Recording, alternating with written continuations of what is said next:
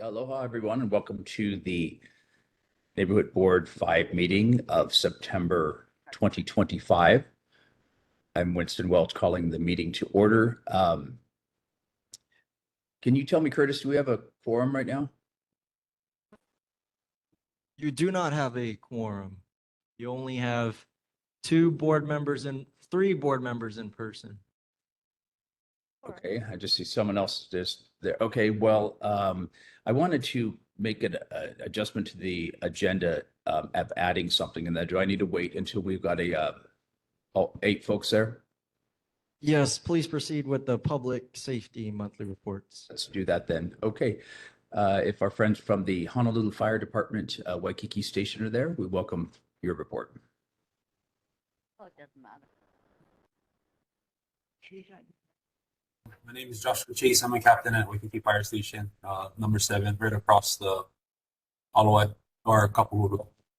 So for this month, for August, past month, just some incident statistics are for fires. We had 1 structure fire, 1 wildland brush, 1 nuisance fire, 2 cooking, and 8 activated alarms, no fire. We had 76 medicals, 4 motor vehicle collisions with pedestrians, 5 motor vehicle crash collisions, and 3 mountain rescues, and 1 ocean rescue. And then for our fire safety tip, it's going to be about lithium-ion batteries in your home. This year, the NFPA, National Fire Protection Association's Fire Prevention Week campaign is to educate everyone about using these batteries safely. The lithium-ion batteries throw a lot of energy in a small place. These batteries can overheat, start a fire, or explode if overcharged or damaged. By learning how to buy, charge, and recycle these batteries safely, you can help prevent a fire in your home. So buy only listed products, and buying a product that uses a lithium-ion battery, look for a safety certification mark such as UL, ETL, or CSA. This means that it meets important safety standards. Charge devices safely. Always use the cords that come with the product to charge. Follow instructions from the manufacturer, and buy new chargers from the manufacturer, one that the manufacturer has approved. Charge your device on a hard surface. Don't overcharge your device. Unplug it or remove the battery when it's fully charged. Recycle batteries responsibly. And the HFD is hosting a Fire Prevention Family Day event on October 4th this year at the Honolulu Zoo from 10 a.m. to 2 p.m. You can bring Ohana to participate in activities and meet our fire and life safety partners. You guys have any questions for me? Are there questions for our Honolulu Fire Department? Anyone in person there? No questions. Okay, I did have a question. I attended a meeting today, which was put on by the Public Safety Committee of the legislature, but it was dealing specifically with Honolulu's readiness for disasters, and they talked about a variety of things, tsunamis and hurricanes and earthquakes. One of them, the points that was brought up was that there's 8 fire-wise communities, and I was wondering if you know about that. If are we a fire-wise community, and what does that mean if we are, and how do we know more about it? Oh, I'm blanking on the term, but I know exactly what you're I know what you're talking about, but I can go look it up and go bring it to the next meeting. So there's 8, and I'll go look it up. But the firewise, I can bring it to the next. Okay, yeah, I mean, a number of topics were brought up that were just germane to our area, which is, what happens if fire happens on state lands and moves over to the city, evacuation routes, especially for folks where there's just one way in and one way out, basically like up St. Louis Heights or whatnot. So it was a good meeting. So yeah, one of the legislators said that their district in Punchbowl was a fire-wise community, but they didn't know anything more about it either. So yeah, maybe next month we might hear some more on that if you get a chance. Yeah, I'll bump it up the chain of command and make sure. I'll find out for sure, and we'll bring it next month for sure. Thank you. Thank you very much. Are there any other questions that you're seeing, Curtis? None in person. Okay. Thank you very much, sir, for coming tonight, and stay safe. Thank you. You too. Have a good one. Okay, next we have Honolulu Police Department, District 6, Waikiki Kapiolani Park, and Diamond Head. And I think we might have someone in person there. Online. Online. Yep. Go ahead, Lieutenant. I believe you have District 7 online. We got District 7 online. Okay, no one there in District 6. Not in person. Okay, maybe someone will come later. If they do, please let me know. Otherwise, we'll go move to District 7 for Diamond Head, Kapahulu, St. Louis Heights, and East Honolulu. Go ahead, sir. Hi, good evening. I thought I saw District 6 on about a minute ago and he might have been logged off. Oh, yep, there he is. I see Lieutenant Ono's on there, but I'll we defer got- to him. why don't we go 7 and then come back to 6 since you're on Okay. there. Hi, good evening, Lieutenant Thompson for District 7. The stats for the month, there were 8 motor vehicle thefts with 12 reported the previous month, 5 burglaries with 7 the previous month, 16 thefts, and that stayed the same. Unauthorized entry to motor vehicles, there was 2 versus 8 the previous month. The total calls for service was 5,882. And the additional stats regarding motor vehicle collisions, for the month of August, there was 3 minor vehicle collisions, which means that there is no injuries and minor damages. 1 major MVC that in the Diamond Head area, and that was a pedestrian where they were taken in good condition. So a total of 4, 3 minors and 1 major. Safety tip for the month.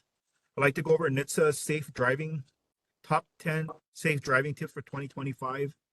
And this is in lieu of the chief and HPD's Drive Aloha campaign.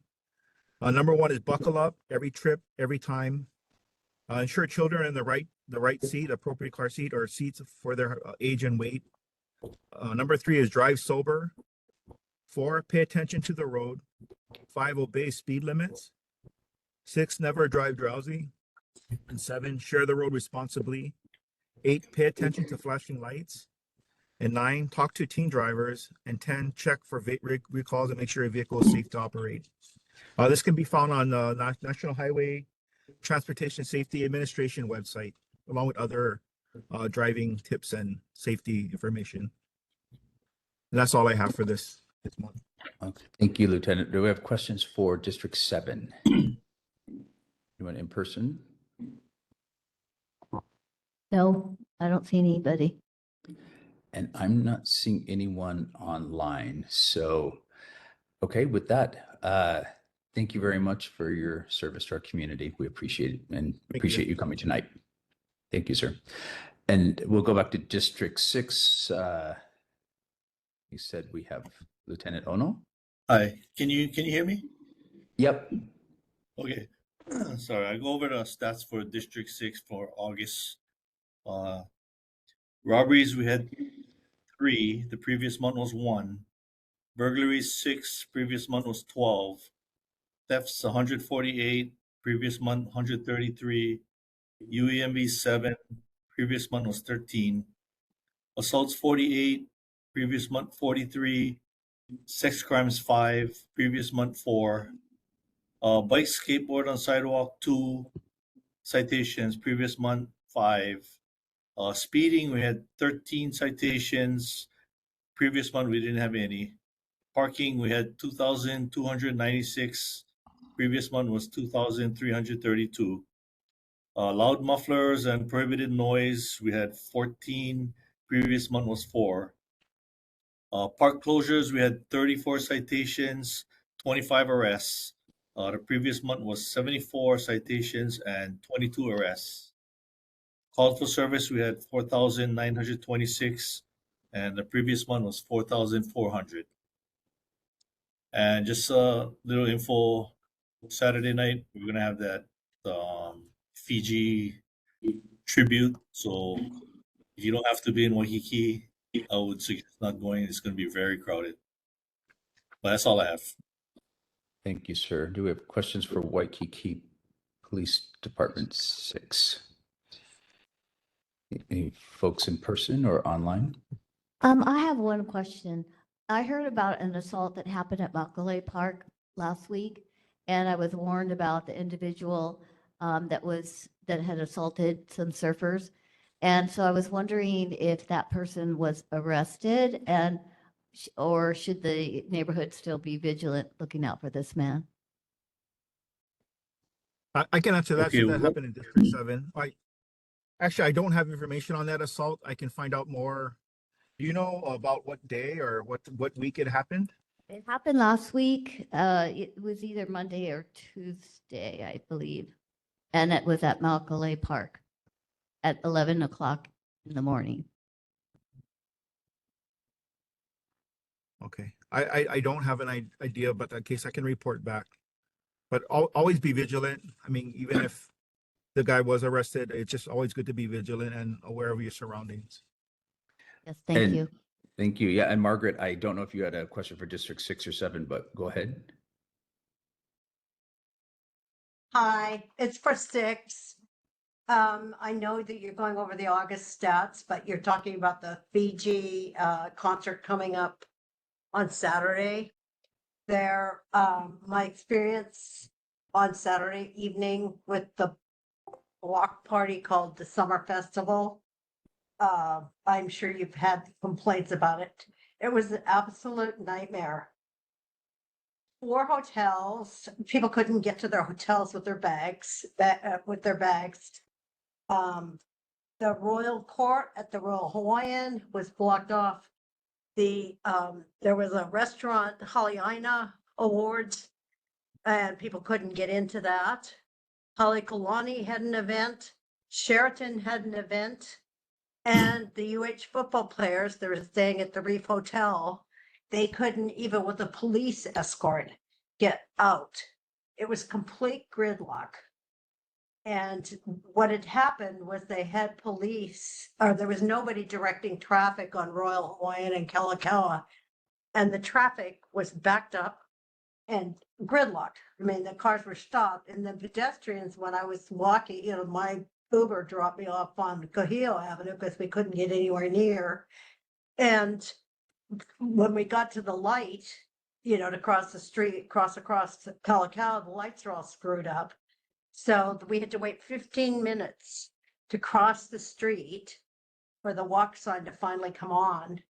So it was really a nightmare for everyone. And I mean, this is the same guy that kind of, gamed the lottery system with the past administrations. And I know that they've capped the parades and events, but that doesn't start until next year.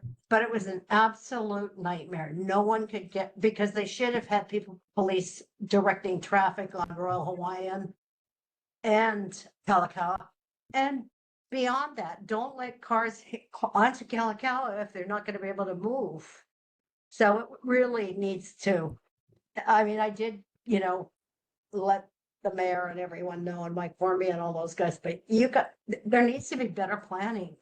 And I just can't even imagine what this Fiji concert, they're talking about 30,000 people. And our roads will be closed off again. And it's crazy because they need to have the traffic control handled. And I know that you guys had a hard time because I was talking to the police that were stationed down the road, a block away where the parade or the block party was.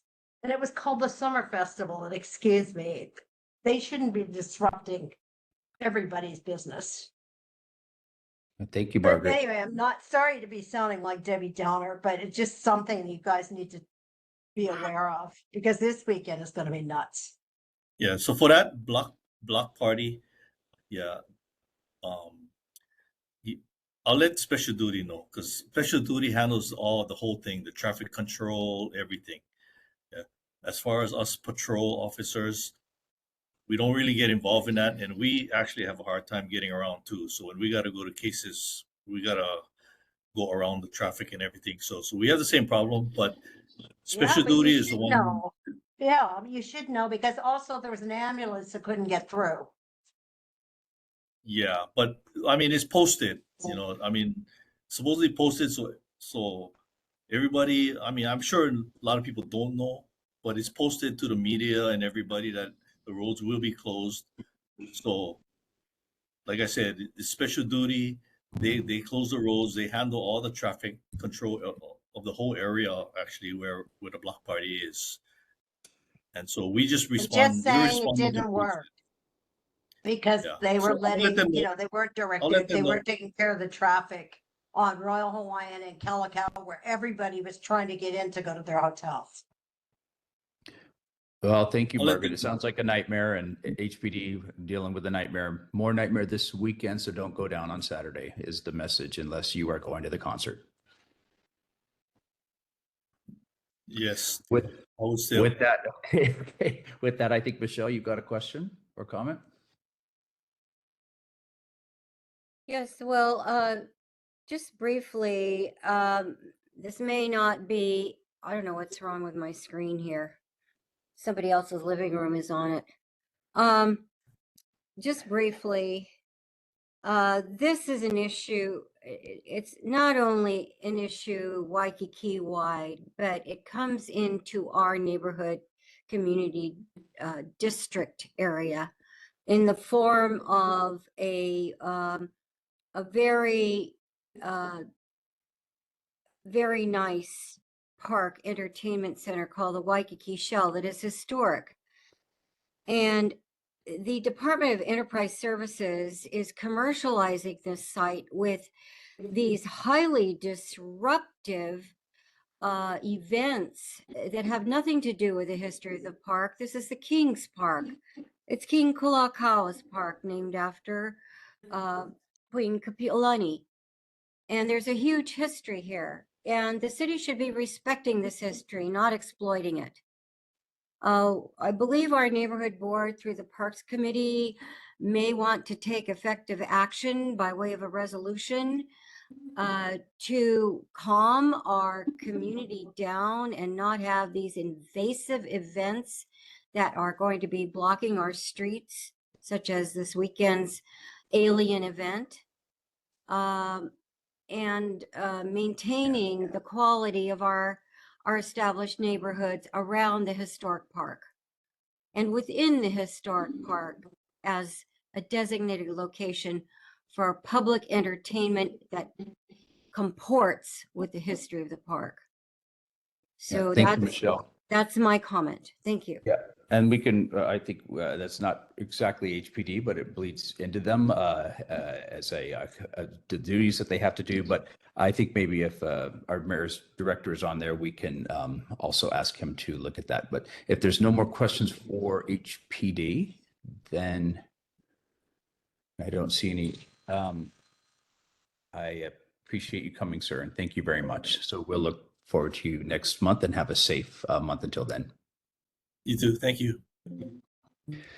Okay, and now there is one thing I would like to add to this agenda. So if you had a chance to read the agenda itself, we had a bit of a kerfluffle. We didn't have Curtis with us. We had a very nice young lady last month, and there were 9 of us there, and 9 of us got it wrong. Basically, as I got a call from the commission office, we need a majority of the board to hold a vote on anything. We also need a majority of the board to vote in the affirmative for something. So in this case, typically, or a lot of times, the Robert's rules will say you just need a majority of the quorum.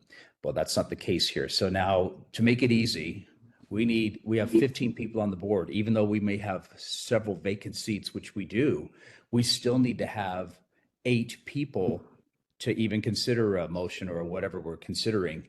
And we also have to have a minimum of 8 people voting the same way for that to be either, affirmed or denied. So with that, our elections last time for new board members were, I guess, invalidated. I'm sorry for that. I didn't catch that. I think all of us kind of missed it. I asked, Michelle asked, but it's okay. Sometimes we get things wrong because we're humans. That said, there is a part on there that says we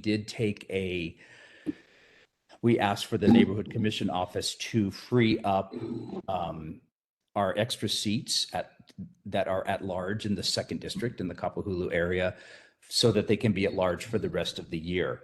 Because we didn't have a proper amount of folks voting, and I didn't realize that until I just saw this. We have to ask the commission again, of which Angie Knight is on the commission, to consider this. And the chair of the commission said he would bring it up. And it's obvious this is not a new thing. This has been going on for a few months. But I just wanted to add this to our agenda. And now that we have a quorum, to take a vote that says we would, in fact, again, like to ask the commission to free up our vacant seats when there are not people in the district to be at large for the rest of the term. And that is, it's an addition to the agenda. I don't think it's substantial or hasn't been talked about or isn't even on this agenda. So I think it would comport with sunshine laws. Is there any opposition to taking that up as an additional agenda item? And am I missing anything here, Curtis? Chair, is that a motion by you, and is there a second? Yep, I'll make it a motion, but I'll second it. This is Arlene. okay. So it's essentially what we voted on last time. Again, that we're asking the neighborhood commission office to free up vacant seats in our on our board for the remainder of the term to become at-large seats for folks who are in the district but not in that sub-district. And we voted for that last time. I don't know that there was any opposition to that. Maybe one person voted to abstain, but that is the motion that we have here. And it's an addition to the agenda here just because I want to be perfectly clear so we don't have to wait another couple months for that. Is there any discussion on this? Yes. Go ahead. I think that at the last meeting, we had a clarification that if there are no resident candidates for the specific sub-district with the vacancies, Correct. Yes. there could be considered that the vacancies would be at large for the specific term, but not forever. Correct. And Yes. I think that's where we're going with this. We have had a complete absence of, I guess, active candidates for the Kapahulu sub-district. And so that is our greatest vacancy level. There had been one vacancy in the Diamond Head Sub-District 3, but we also had very qualified candidates applying at the last meeting. And I don't know if they're present tonight, but I think that those of us who attended the last meeting could certainly support reconfirming the candidates who were voted for in favor to fill the seats that were available to be filled. The additional 2 Kapahulu seats were not available at the time because the commission had not made a decision on this. They have not yet, but we expect them to at the next neighborhood commission meeting. And we certainly have new leadership there that is wholly supportive of working directly with our boards and understanding our issues. So we look forward to that opportunity. But tonight we do have a revisitation of the Diamond Head Subdistrict 3 vacancy and the either Kapahulu Subdistrict 2 vacancy, or to be replaced by an at-large candidate for the current term. Correct. Yeah. Thank you for the clarification on that, Ms. Metzen. Yes. So exactly as Michelle said, if there is a candidate from the sub-district who's appropriate, so let's say sub-district 2, that person has, and all sub-district 2 people would have the, I guess, exclusive right to run in that election for that seat. If there's no available people from sub-district 2, then it becomes an at-large seat. And that's what was conveyed to the neighborhood commission office. They may or may not want to be that specific, but that's what we've requested of them. But essentially we talked, yeah, it was the same as we talked about last time. And just following this, we will have one seat for Subdistrict 3, and one seat that was approved for Subdistrict 2 to be at large. So those will happen right after this vote, but we'll have 2 more seats open, and that's what this vote is about, is to ask the Neighborhood Commission Office to free up those seats as well. Is there any other discussion? Okay, then let's call. Chair Roach, this is just a motion to add this item to the agenda. And then you will Okay, consider. okay. Thank you, Curtis. Yes. It's a motion to add the item to the agenda. Let's take that vote and then follow up with the motion itself. If you could take a vote, roll call. Oh, roll call vote. Okay. Knight, Yes. aye. Aye. Wong. Aye. Aye. Allen. Aye. Aye. Murchie. Aye. Witherwax. Aye. Miranda. Aye. Welch. I Velasco. St. Dennis. Absent. Matson. Aye. Rosman. Aye. 10 votes in the affirmative. The motion is adopted, and your board can now consider this request to the Neighborhood A Commission. point of order, we have our board member, St. Dennis, now logged in, and she is indicating a positive vote on this. In the chat, Member St. Dennis, could you please indicate your vote on the motion to amend the agenda?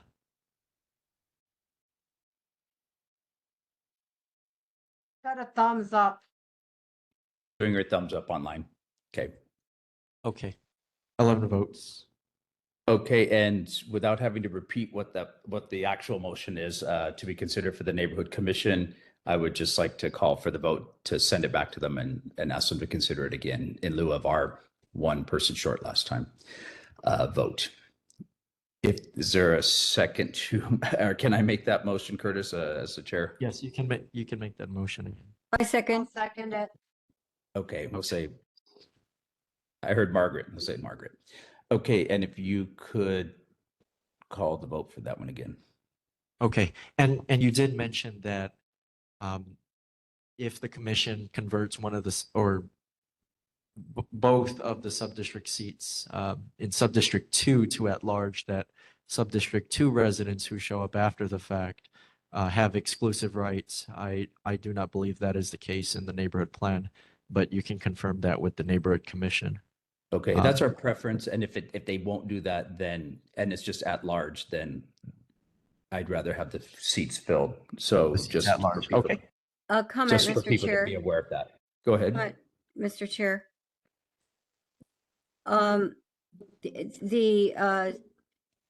The idea is to give any resident of the affected sub-district the first consideration.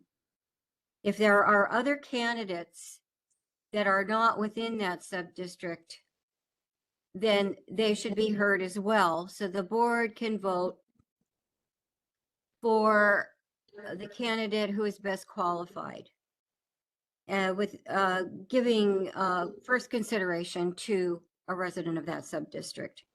I think it's a little complicated, but I think the commission will understand the issue and the need to fill the seats. So this can be further discussed at the commission level. And I believe their commission meeting is around the 22nd of the month or sometime like that. We'll get the agenda. Okay. Okay, so just clarifying what board members are voting on is the changing the representation of members on the Diamond Head Neighborhood Board from sub-district to at large, right? For two sub-district 2 seats, correct? Requesting the commission to consider this and work with us to allow that to happen. Okay. And roll call vote, Chair? Yeah. Yes, sir. Please. Knight? Aye. Aye. Wong? Aye. Allen? Murchie? Aye. Witherwax. Witherwax. Ronan, you there? We'll come back. Miranda, Aye. Welch, Aye. Velasco, St. Dennis. Aye. Okay. Matson, Aye. Rosman, Aye. and Witherwax. Member Witherwax, could you please unmute or indicate your vote?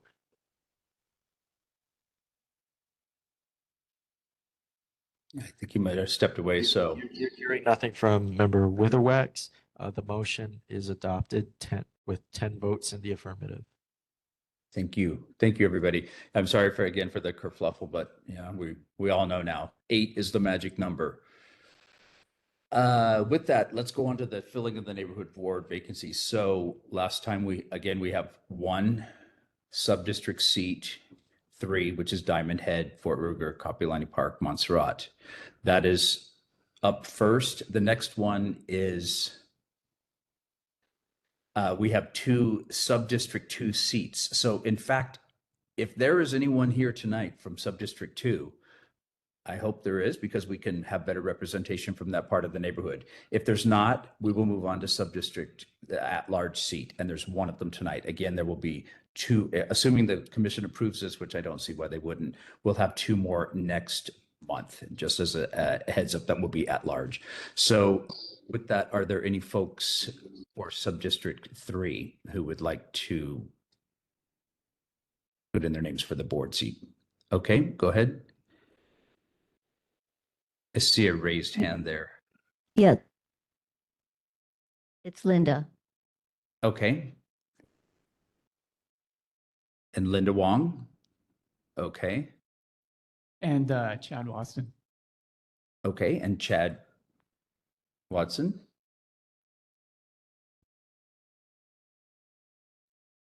Are there any others in person Not in person.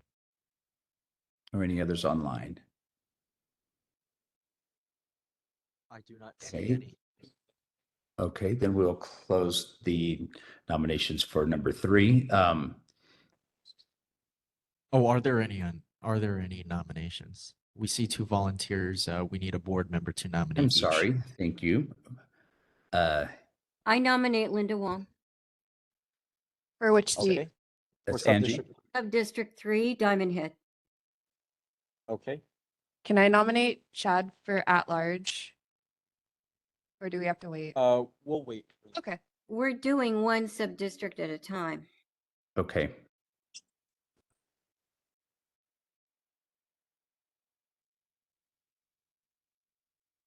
there Question, any what num- district is Chad in? He's in 3. Chad is gonna do the at-large seat, so Linda can run unopposed for District 3. Mr. Chair, Chad is actually on the boundary between the Kapahulu Subdistrict 2 and Diamond Head Subdistrict 3, although he resides just within Diamond Head Subdistrict 3, but there is an at-large seat in Kapahulu Subdistrict 2 that provides him the opportunity to run for that seat. Okay.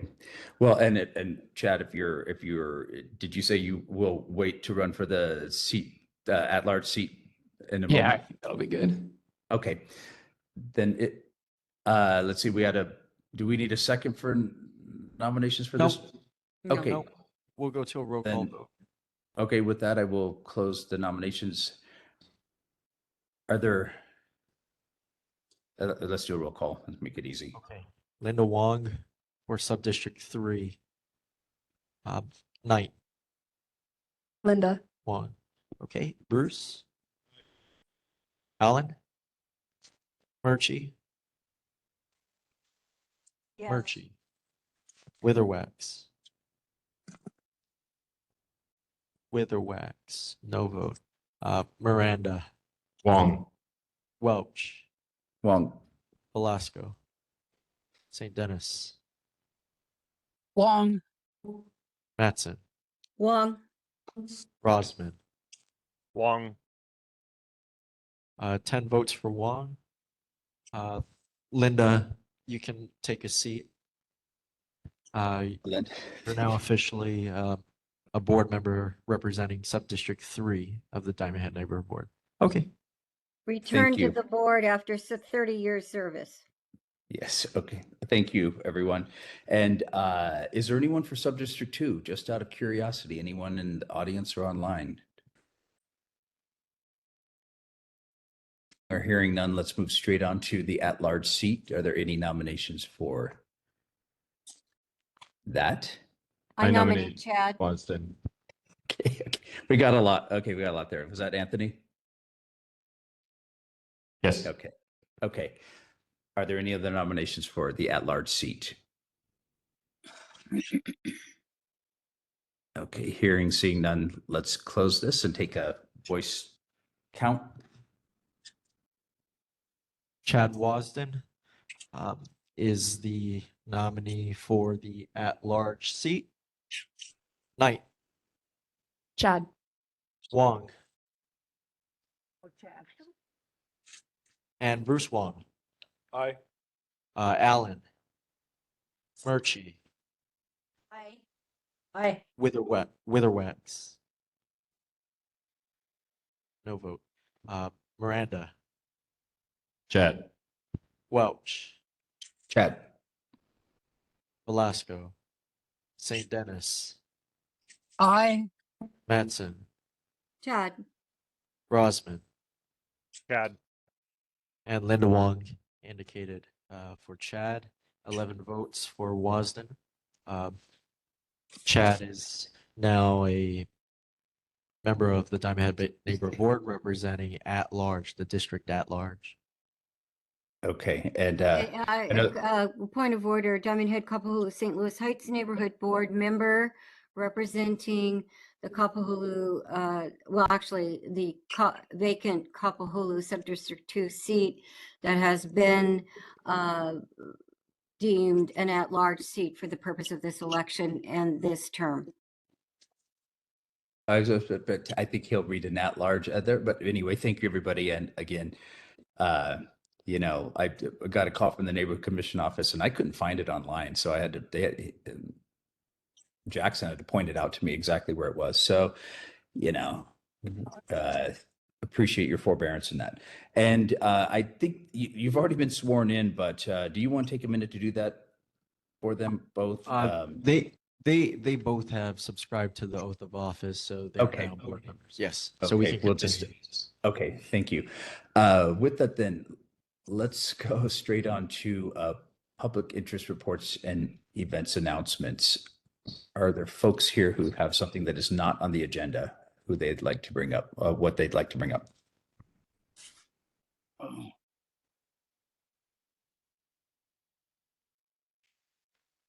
When It they're- looks like we have Kathleen for Board of Water Supply in person. She'll be there in a second, but for the public interest, is there anybody?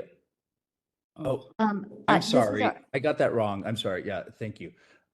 Kathleen, go ahead. Welcome. Thank you, Chair, board members. Nice to see everybody. Just a real quick announcement.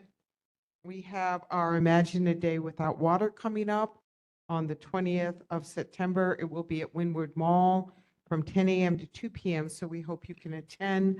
It's a great family-friendly event, and we're going to have over 20 city, state, and community organizations there providing information.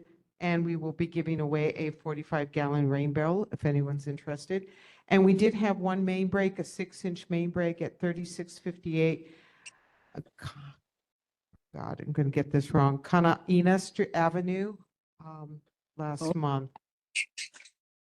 Following up on a couple of questions, Chair had asked on the Montserrat Water Systems project, the map, and I have a little map here that I'll give to Curtis that he can scan and then upload to the Google Drive.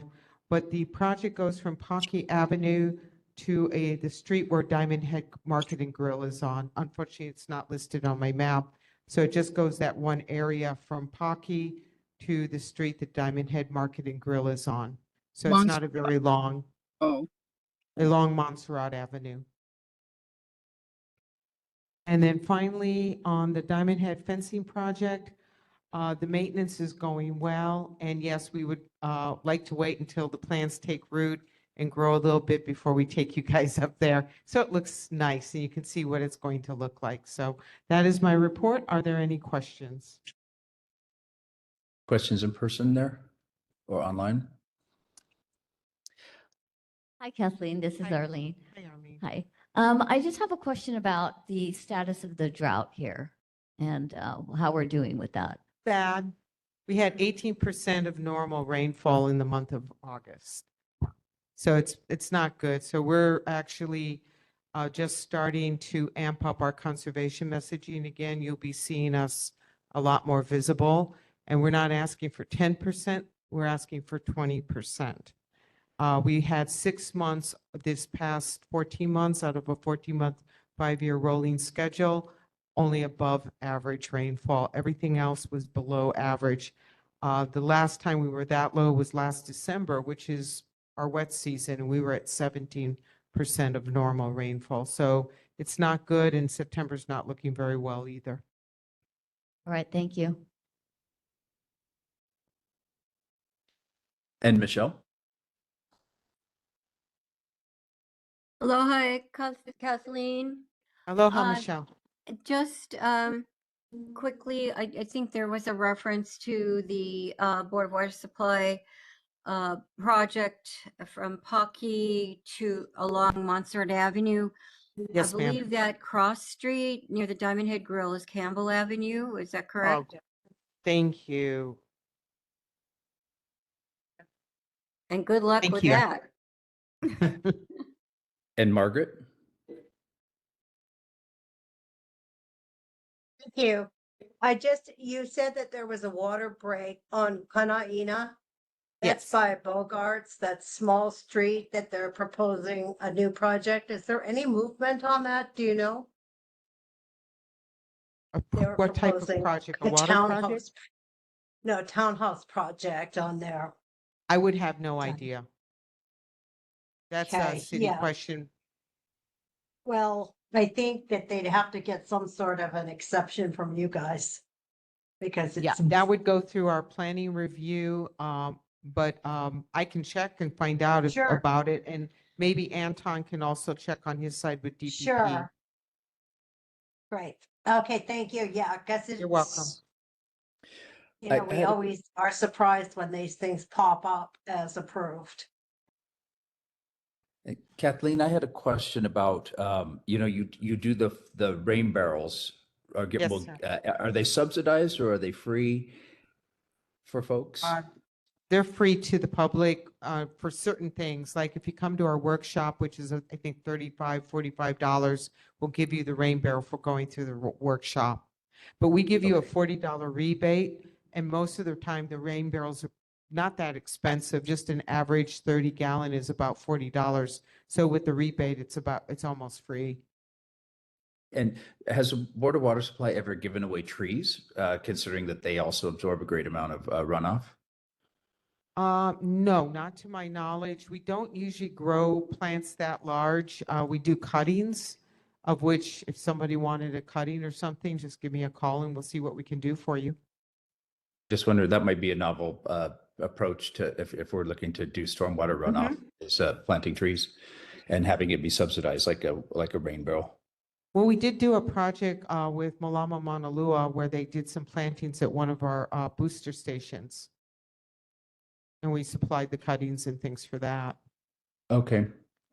Very good. Well, thank you so much for coming tonight. Are there any other questions for Kathleen? Okay. Oh, Thank Daisy, you. I see your hand up. Oh, sorry. yes, thank you, Chair. Hi, Kathleen. I just want to say, good work by Board of Water and their subcontractors for that water project on Montserrat. I live close to there. So they're being very professional. They have the police there to guide motorists around, and then they have a what do you call it? they have the obstacles to point where they are letting cars through, or they're very good at keeping the traffic moving, and then they're doing real fast work because they already finished Montserrat. And then I was surprised that when they did Paki, which is close to the zoo and the shell, those was a big major intersection, but it's been going smoothly. So great work by all. Thank you. Thank you, Daisy. Appreciate that. I'll let the team know. Thank you, Daisy, and thanks, Kathleen. Thank you. Aloha. Aloha. And from KCC, we've got Lisa Yamamoto. Aloha, Lisa. Chair Welch, Yes, ma'am. I've had my hand up. Oh, I thought you had already asked a question of Kathleen. Sorry. Well, actually, a comment occurred to me about your tree comment. As you Yep. know, and as a member of the Diamond Head State Monument Foundation Board, we do have a semicircular row of Tacoma trees that could use transplanting to a needed area because they are not the indigenous species that we are planning on restoring to that area. So I wanted to discuss that obviously with you, but if it comes up with a Board of Water Supply and they're looking for something larger than little tiny potted plants, we might be able to work something out with them for an appropriate location so we can save these trees as well. Just give me a call and we'll set up a meeting and happy to discuss it. Okay. We'll Thank give you. you a tour when you come to Diamond Head and we can inspect your beautiful work on the fence camouflage. Thank you. Okay. Thank you, Michelle and Kathleen. Okay, Lisa. Mahalo, Aloha. Chair and board members. Aloha mai kako. I just wanted to announce a correction to information that was reported to the public regarding the upcoming Fiji concert happening this Saturday evening. It was reported that Kapiolani Community College would be a designated parking venue, and that was an incorrect statement. Kapiolani will not be a parking venue, nor will it be a shuttle service site for this upcoming Saturday's Fiji concert. The information to the media is currently being corrected, and yeah, just wanted to announce that. Okay. Thank you. Bravo. Okay. And is there anything else from KCC that you had any updates for us? No, other than that, we're in full swing for the fall semester, and that's kind of it for now. Okay. Very good. Thank you, Lisa. Are there any questions for Lisa? Okay. Then seeing none, we've already heard from Margaret and the lieutenant at HPD that we're going to have this and just now about the Fiji concert on Saturday. That's immediate, so everyone has their heads up. Are there any other public events, parades, or similar upcoming activities of community interest that we might want to know about? Okay, and yes, sir. Not in person. Okay. Okay, very good. Well, if there are, please send them to us and we'll post them and then you can talk about it here. Now let's move on to the public and community concerns open forum, which are not listed elsewhere on the agenda. We got a couple minutes per comment, question, or concern. And I see Daisy, go ahead. Thanks, Chair. Just want to caution people that about scams. I already received 4 phone calls that were scams because you know that nobody named Honolulu, Hawaii has a name, etc. The other thing is I also got a scam from Spectrum. Believe it or not, people actually got into Spectrums and made it seem as though they're the actual Spectrum company to say that I did not pay my bill. I know that's false, so please be careful because Spectrum has been targeted. This is not the first time. So be careful of all scams. Thank you. Thank you, Daisy. Just out of curiosity, Daisy, are those Are those calls coming from Kuanakakai? Oh, yes. Sometimes it's Kahului Maui, sometimes it's Lehui. People I never heard of, but then you see it's a main call, so you know those are people I don't know. Thank you. Okay. Yep, just be aware if it sounds wrong, it probably is. Yeah. Are there other community public concerns, open forum? Winston, I have a question. Yes, ma'am. The parking is all the way from on Le'ahi from Montserrat to Noella. And normally residents would be able to use that parking. So for this concert, that is blocked. And people are not going to be able to park on their street. I would like a clarification, and I would like to know, at least let the residents park where they normally park. Maybe Anton has some information, but considering this thing's 2 days away, I doubt that he does. No, maybe that's something would call up the mayor's office tomorrow. But you're saying that you've seen, are there orange and white Horse, and it's okay, it says no parking on Leahi between Montserrat and oh, it's all over the place, but it's in particular on our street, and our building does not have enough parking spaces for all of the people that live here. And so some of the people are scrambling to find a place to park for Saturday night. They're going to take the bus from someplace. Actually, I want to point out that the no parking signs say 11 p.m. Friday night to 11 p.m. Saturday night. Yeah. Okay, well, I mean, that's what it says. I doubt very much the city's going to change that within 24 hours. But if you want to try something, give them a buzz, Laura, if you like. I'm imagining it would be impossible for them to sort out residents from non-residents at this point, and that area's, yeah. But parking is already at a premium in this area, and now they're taking it away. That's unconscionable as far as I'm concerned. Yeah. Yeah, it sounds like it's just kind of going to be a mess. Maybe do a staycation in Kauai or something. In the meantime, yeah, good luck for the folks that live right down there. Chair Welch? Yes, ma'am.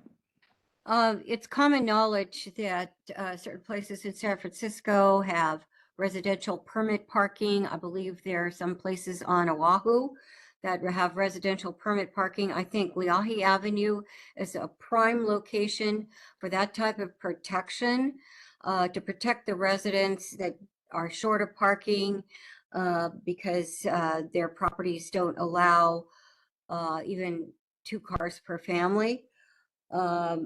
But we need to look into this to perhaps adopt a resolution to protect our neighborhoods, especially from such events that are incompatible with this area. So that's just a suggestion that we might look at parking permits for residents. It would be a small fee. It would be a city permit, but at least they would have the confidence of being able to park where they live. Do you want to take that up in the Planning and Zoning Committee? I believe this is traffic committee, traffic and public safety. But we could have a joint meeting on that. Yeah, I know other cities do. Sorry, this is Angie. Go ahead. Yeah, Michelle, we can definitely take that up. I was waiting until later in the meeting, but we do have DTS who's reached out to do a parking scenario with us, and I think it would be ample space to talk about the permanent or the residential permitted parking zone. They just piloted it or made permanent the pilot in Kalihi, so I think it would be a great opportunity for us to discuss it further. So thank you.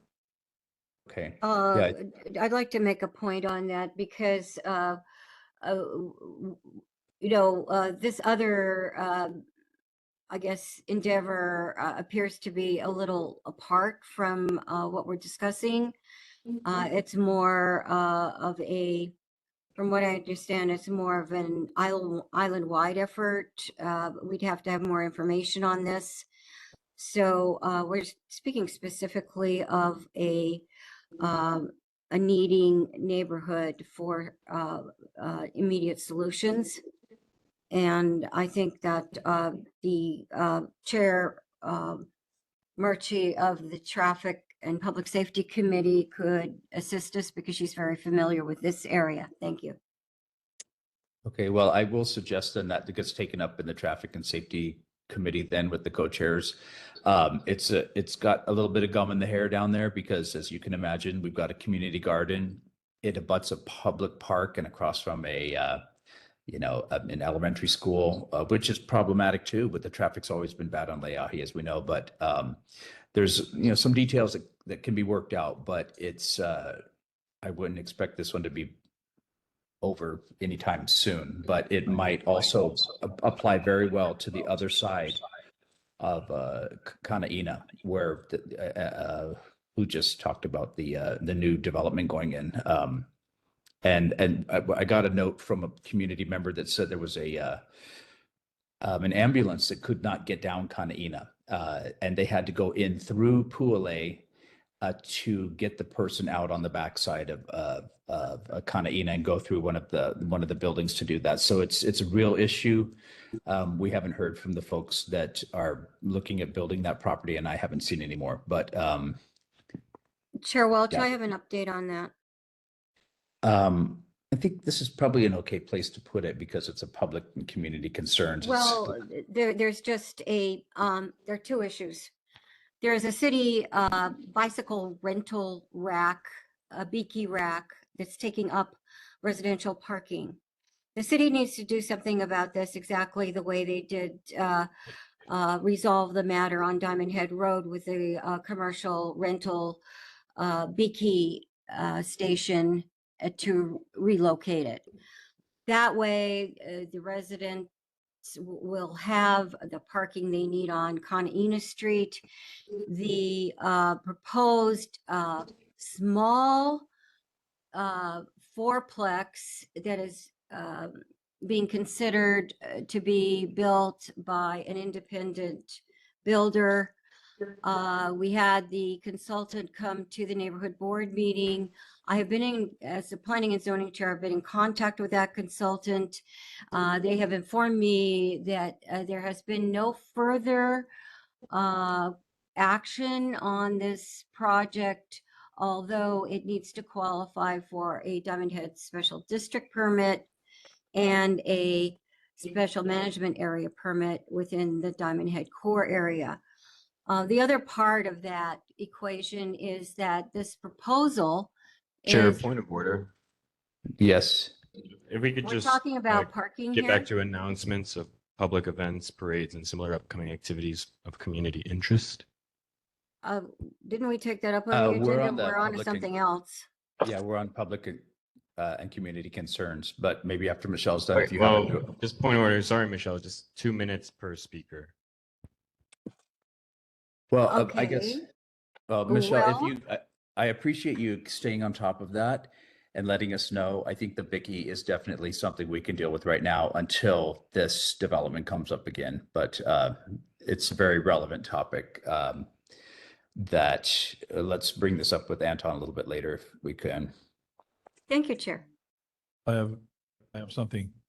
I was thinking about starting a permitted interaction group on property taxes, and if anyone is interested, I welcome your input, as well as the community as well.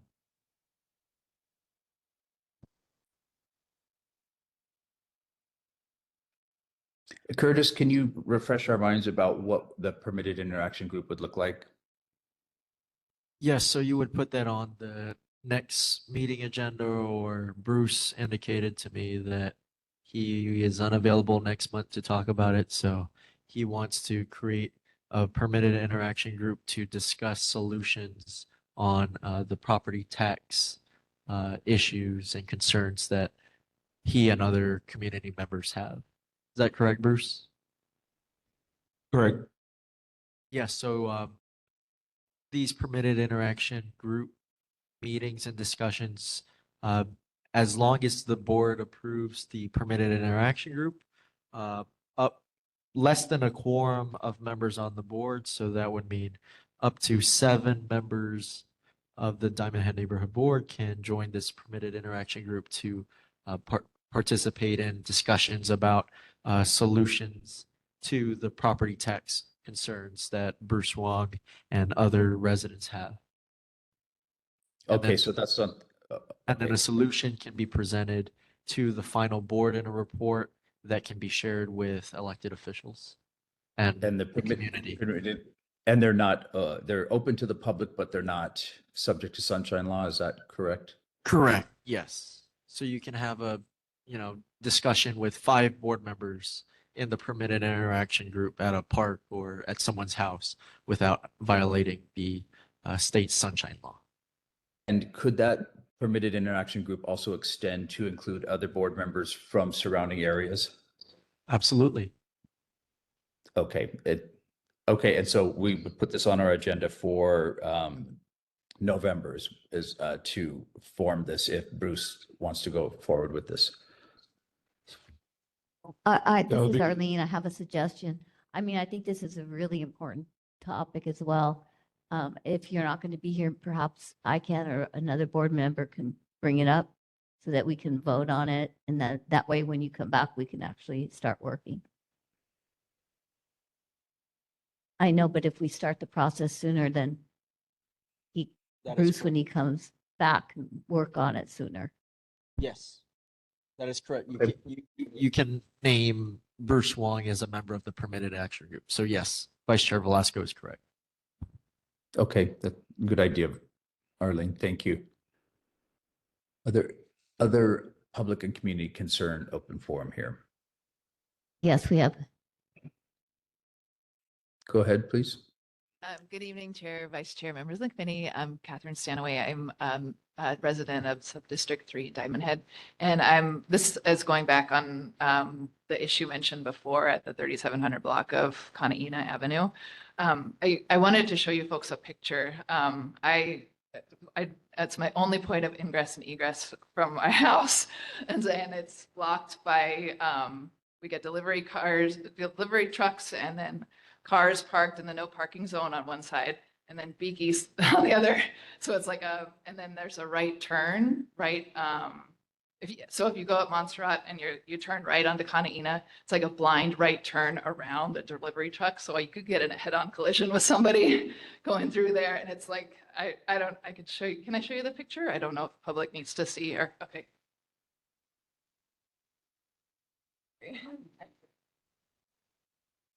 And that's every day.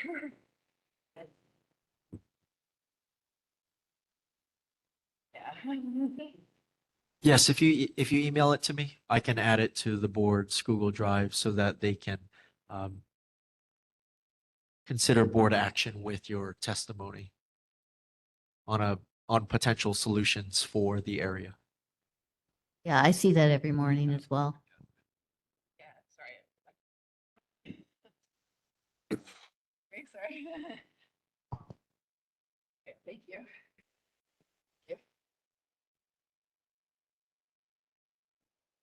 So propose to move the Beaky station to another location. Beaky's great and everything. It's just not the right location right there. And there's some permanent solution that people cut down the no parking signs there. It's really strange, but I either guessing it's lack of parking in our area or to get to the restaurants or whatever. But people, so we call the city and county to report like, hey, there's no parking and it has there's no parking signs anymore. Can you put them back up? And so they come and put them back up, and then they're cut back down. So I don't know. Maybe, I don't know. We've talked to them about painting the curb red, but I don't know if that's really a practice in Honolulu. So if there's something else we can do that's more permanent. Thank you. Thank you, Catherine. Yeah, the city has said they won't paint curbs red, but I imagine if it's a no parking zone and a fire zone and someone painted it red, the city probably wouldn't object to that either. I just think they don't want to upkeep it. And as far as the Bicky goes, this is like a no brainer. I think I'll write up a resolution for next time, just before we consider anything else about parking permits or whatever, just to ask the city to move the Bicky stations, maybe over just to Unity, Diamond Head Circle, across from the Unity Church or something. It seems to be a much safer place for that, or somewhere else, but just not around that area.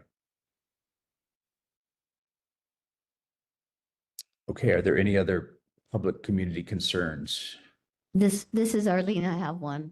Go ahead. I received, and I believe you were copied on it too, Winston, a copy from, a notice from the ACLU, Hawaii ACLU, about the fact that they are requesting public, what is it called, the truth request for all the documentation on any agreements between the police department and ICE and other government officials and ICE. Just so everybody is aware of that. That is happening right now.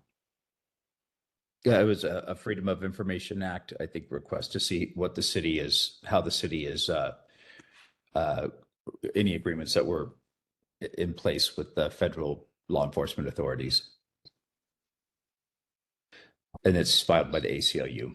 And that was in June, I believe, of this year. I don't know that that they've had an answer yet, though. It doesn't look like it, but hopefully soon. Thank you for bringing that up. Is there anyone else with any? Chair Welch? Yes, sir. Sam Rosman here. Yeah, I walked down the dead end part of Kanaina quite a lot, and the Montserrat side where you first turn right during the day, most often there is some type of loading van or parked vehicles picking up food from the little mini shopping complex there with the B key on the Mauka side. Then if you go further in, there is cars parked in some of the driveways on the left-hand side of the road, on the Mauka side of the road, while the right-hand side is mostly just parking for the apartment complex there. And then further in, there is almost always parking on the Mauka side in driveways for the buildings that are on the opposite Mauka Road, which I don't know the name of right now, but there is a big building there, and there's always 2 or 3 cars parked there, and then it's just always packed with cars, always. Yeah, it's an issue. So maybe our traffic, we can ask also the city, and maybe with Mr. Krucky, we can ask for DTS to do a comprehensive study of that area.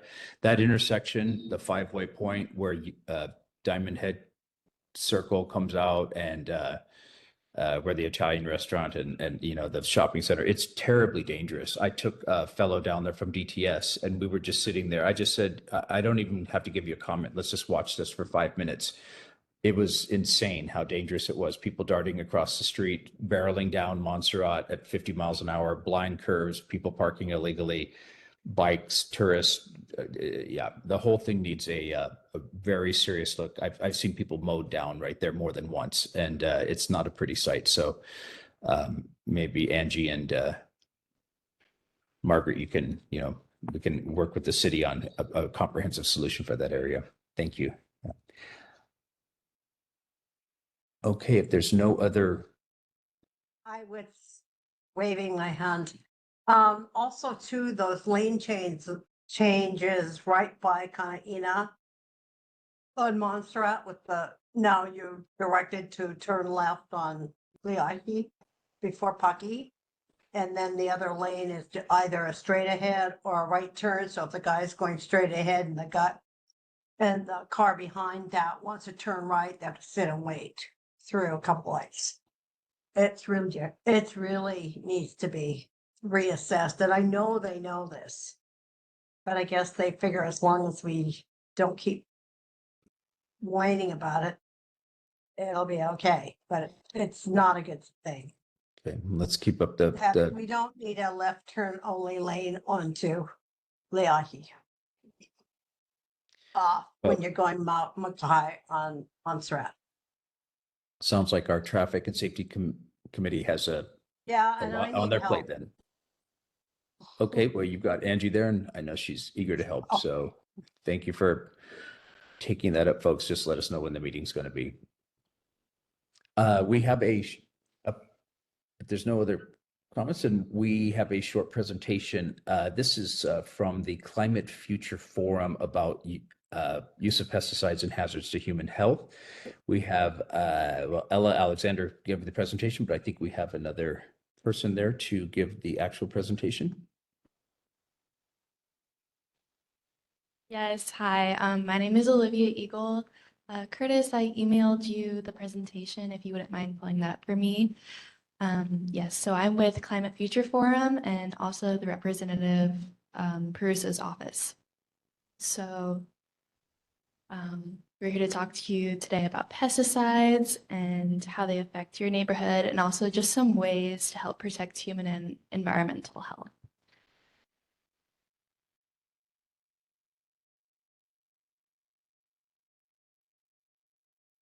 This one, right? Yeah, great. Thank you so much. Okay. And then if you wouldn't mind scrolling down to the next slide. Thank you. All right, so to start off on a baseline, pesticides are substances that are designed to kill and deter pests. This can include weeds, fungi, rodents, and insects. And they're chemical, synthetic, or biological, and chemical and synthetic is more toxic than biological. We're also going to be talking about general use pesticides today, but our main focus is restricted use. And an example of general use would be Roundup. So what are restricted use pesticides, also known as RUPs? RUPs are different than GUPs because they require a certification for the purchase and use.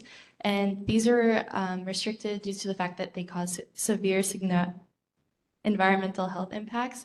They're mostly commonly sprayed around north central Oahu as well as West Hawaii. And in 2018, the Hawaii State Legislature announced Act 45, which stated that starting in 2019, RUPs must be reported to the Department of Agriculture and Biosecurity annually. And they also implemented 100-foot buffer zones.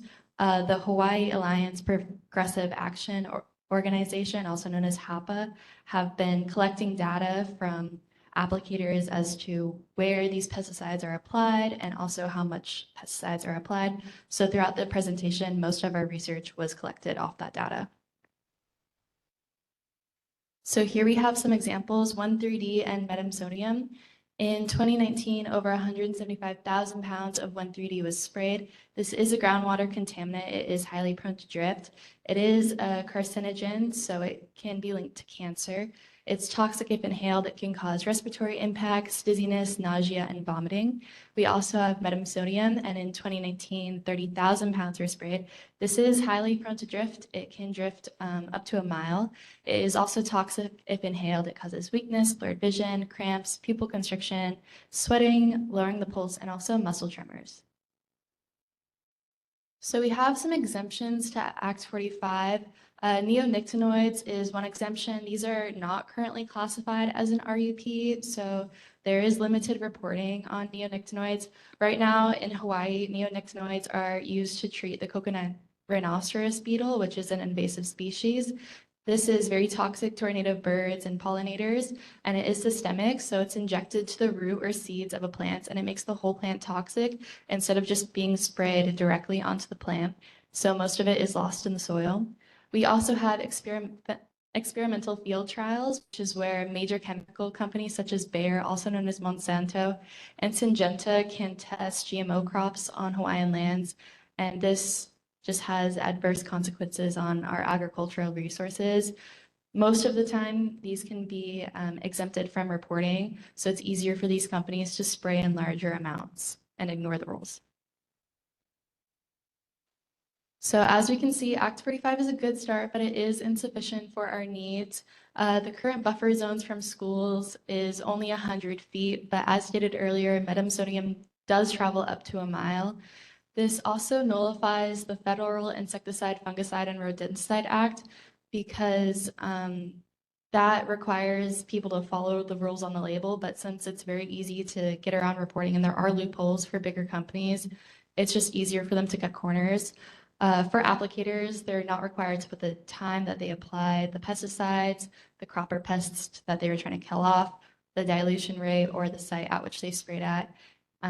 So yeah, it nullifies that and then also nullifies school buffer zones because metamsodium can travel up to a mile, yet buffer zones are only 100 feet. There is also no environmental testing, so companies and applicators can destroy the land and then pass it on to the next owner without any consequences. So here we have a couple graphs for you guys. The first one is the reporting form that these applicators have to fill out. In the green boxes, this is what they're required to fill out. So that's the active ingredients, the date that they applied it. And then the white stuff, the white boxes is stuff that they don't have to fill out. So that's the pest they're trying to kill off, the time applied, and the cropper site. On the bottom left, we have a map of Oahu. The red shows where there are more highly concentrated areas. So we can see very concentrated in North Oahu and also Central. And then if you look over to the right, there is a map of your folks' neighborhood. So this is good because there's no parcels here. So there's no crazy pesticide use here. But this data was also taken from HAPA in 2019. So it's not super up to date. And then here on the bottom right, it just shows a map of all the school zones here. So the black dot is going to be the schools, and then the yellow circle surrounding that is the 100-foot buffer zones. So some current ideas that are floating around in our office right now is that we need better reporting systems to ensure more detailed and accurate reporting.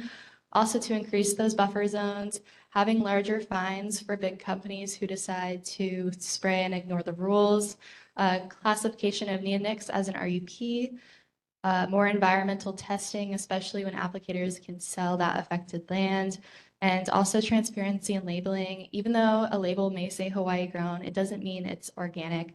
So just getting more transparency with that. Thank you. And then how you can help, consider adopting resolutions. Our office has drafted a resolution.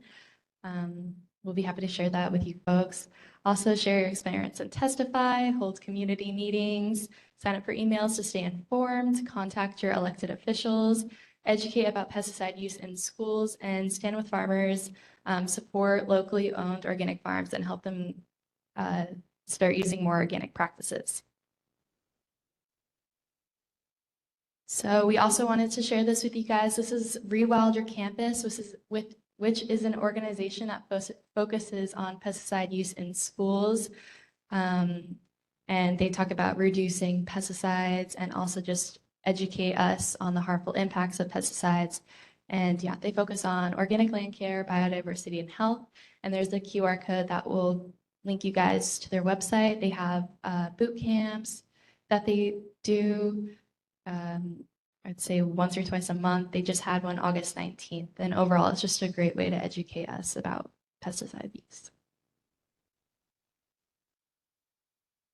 And then we have some more links. So this is the HAPA website, some Canva resources we've made, and then the map series earlier when we were looking at all the map series. This is just the direct link to that if you guys want to look at that. So that's everything that I have for you guys today. Thank you so much.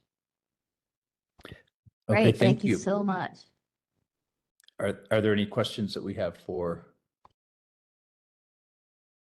our Yes, I presenter have. This tonight? is Arlene. I have one question that I would like to ask if you're aware of, but along the beaches here, the coconut trees have all been injected with that pesticide. And I have looked into what pesticide it's using and what the chemical is.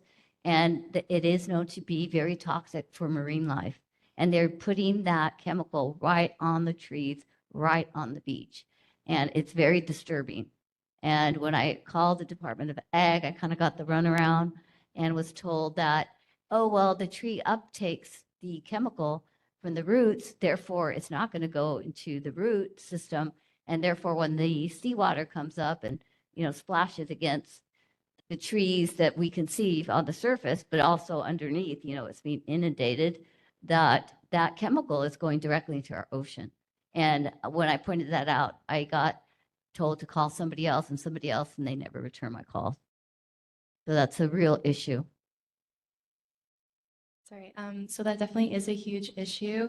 Our research shows they say that wood, if a pesticide is injected into like woods or trees and stuff like that, it's not going to get like polluted in the air. But our research shows that it does. It does concentrate up into the air and it can be brought back into the oceans. So we have been working with the DOA and we have drafted this resolution. But yeah, that's definitely something that's worth note taking. And yeah, I would love to connect with you more on that and bring that issue back to our office. Thank you very much. And are there other questions for Olivia? I see Margaret, go ahead. Have you talked to the legislators at all? Because that, can't remember his name, Jared Kahuli. Oh, sorry, the Windward side guy, he was the head of things about with the Department of Agriculture, and you might want to just, conference with him. Cause he's real active on that. I can't remember his Hawaiian name. He's a senator that represents the Windward side. And he is smart and active. Okay, thank you, Margaret. Yes, thank you. I just wrote that down. I'll be sure to look out for him and reach out to him. So thank you so much. And Laura, you got a question? Yes, now Roundup was sprayed on the date palms in Kapahulu Park. I think around 06. How long is the poison active? Yeah, so that's a really good question. So Roundup is a general use pesticide, but that does not mean that it's not active for a long time. So if you look it up, it says that Roundup can be active for from 60 days up to years. It just depends on where it was applied, when it was applied, how the soil was, how the environment was doing. Yeah, so that's a really good question as well. We people used to eat the dates from those date palms. Now we have to warn people, don't eat it. It's poison now. Yeah. Are there any other comments or questions for Olivia? This is Arlene again. I just would like to make a comment on some of these chemical names. A lot of them have brand names, and people aren't aware that say dichloropropane, that is some brand name, and they don't think they're using the chemical. So I was thinking maybe part of the resolution could be listing what chemicals we know are used on our island and what a common brand name is of those chemicals. That would be helpful for the public. Yes, I completely agree. I'll make sure to bring that back to our office as well. Thank you. And Olivia, I think so. You did send me a draft of a resolution that your group is asking boards around the island to consider, and it's sort of one of those solidarity things since we're not right there. But I don't know. Can you tell us? Does the city and the state still use Roundup, for example? Yes, the city and the state does still use Roundup. It is a general use pesticide, so you can definitely buy Roundup at any stores. I've seen it in Home Depot and other places like that. But do you know if the city itself uses Roundup or the state itself uses Roundup? I don't know exactly specifically because the data that we've collected is more focused on restricted use pesticides, and that's from HAPA. And it's from 2019. So I'm not sure about that specifically, but I can definitely look more into that for you and let you know. Yeah, Winston? Go ahead. Hello. Thank you. The city was supposed to stop using Roundup several years ago. We used to have meetings with them, and they swore that they would stop using it, and they did for a while. So we can check with the Department of Parks here, and then also Laura Thielen. I'm sure she'd be happy to answer that, and it'd be a shortcut. Okay. And I saw Tina Grandinetti probably has some salient information on this.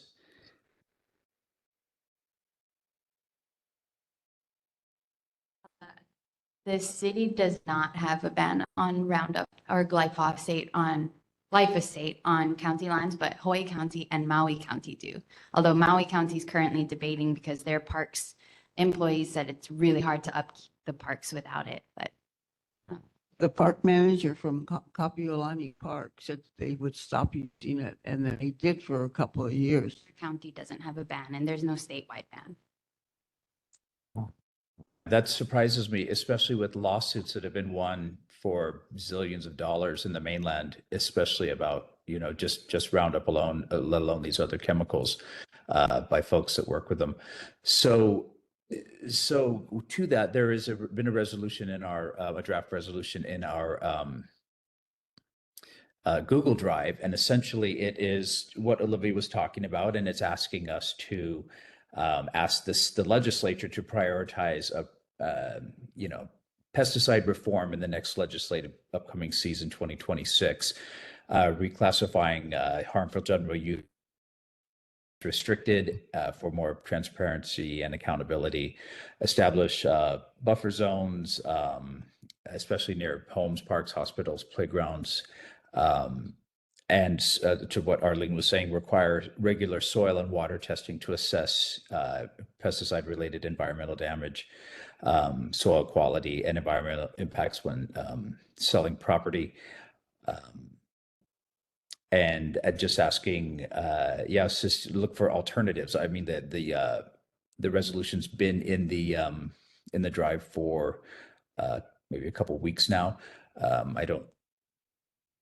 And actually, if we're done with Olivia, we do have a resolution on the agenda, but I just wanted to bring that up in case there's some specific questions that might be in there that Olivia could answer for us. And maybe we would do that anyway, just going straight from there. But are there any other questions or comments for Olivia at this point before we move on to that?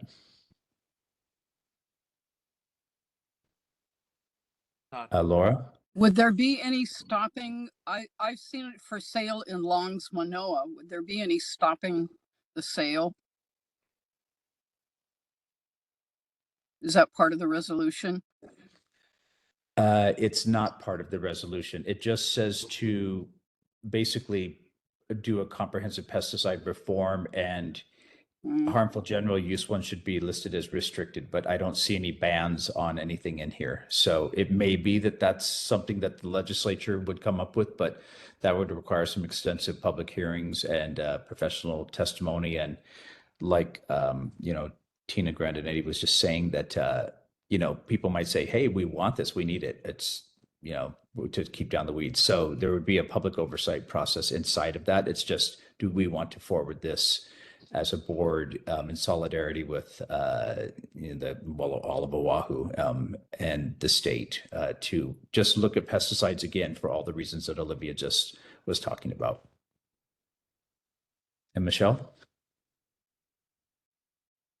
Thank you, Chair. Just to follow up, I know we're kind of between agenda items here, but the same subject.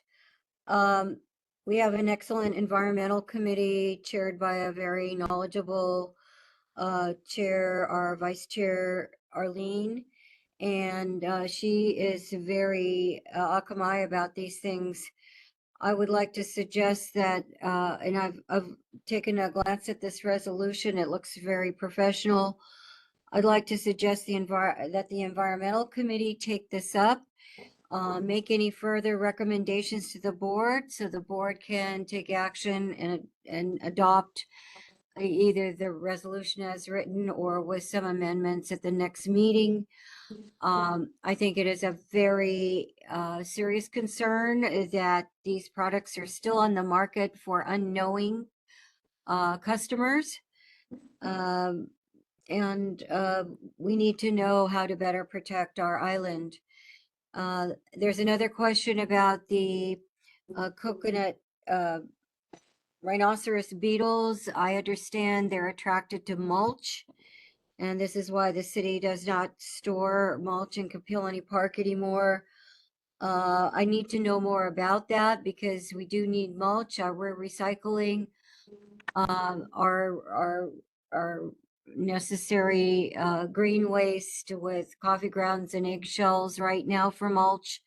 But if the coconut rhinoceros beetle is going to be attracted and in what environment that may be, whether it's moist peat or dry leaves, we need to know about these things too. So that we can avoid pesticides, but also avoid infestations on our properties.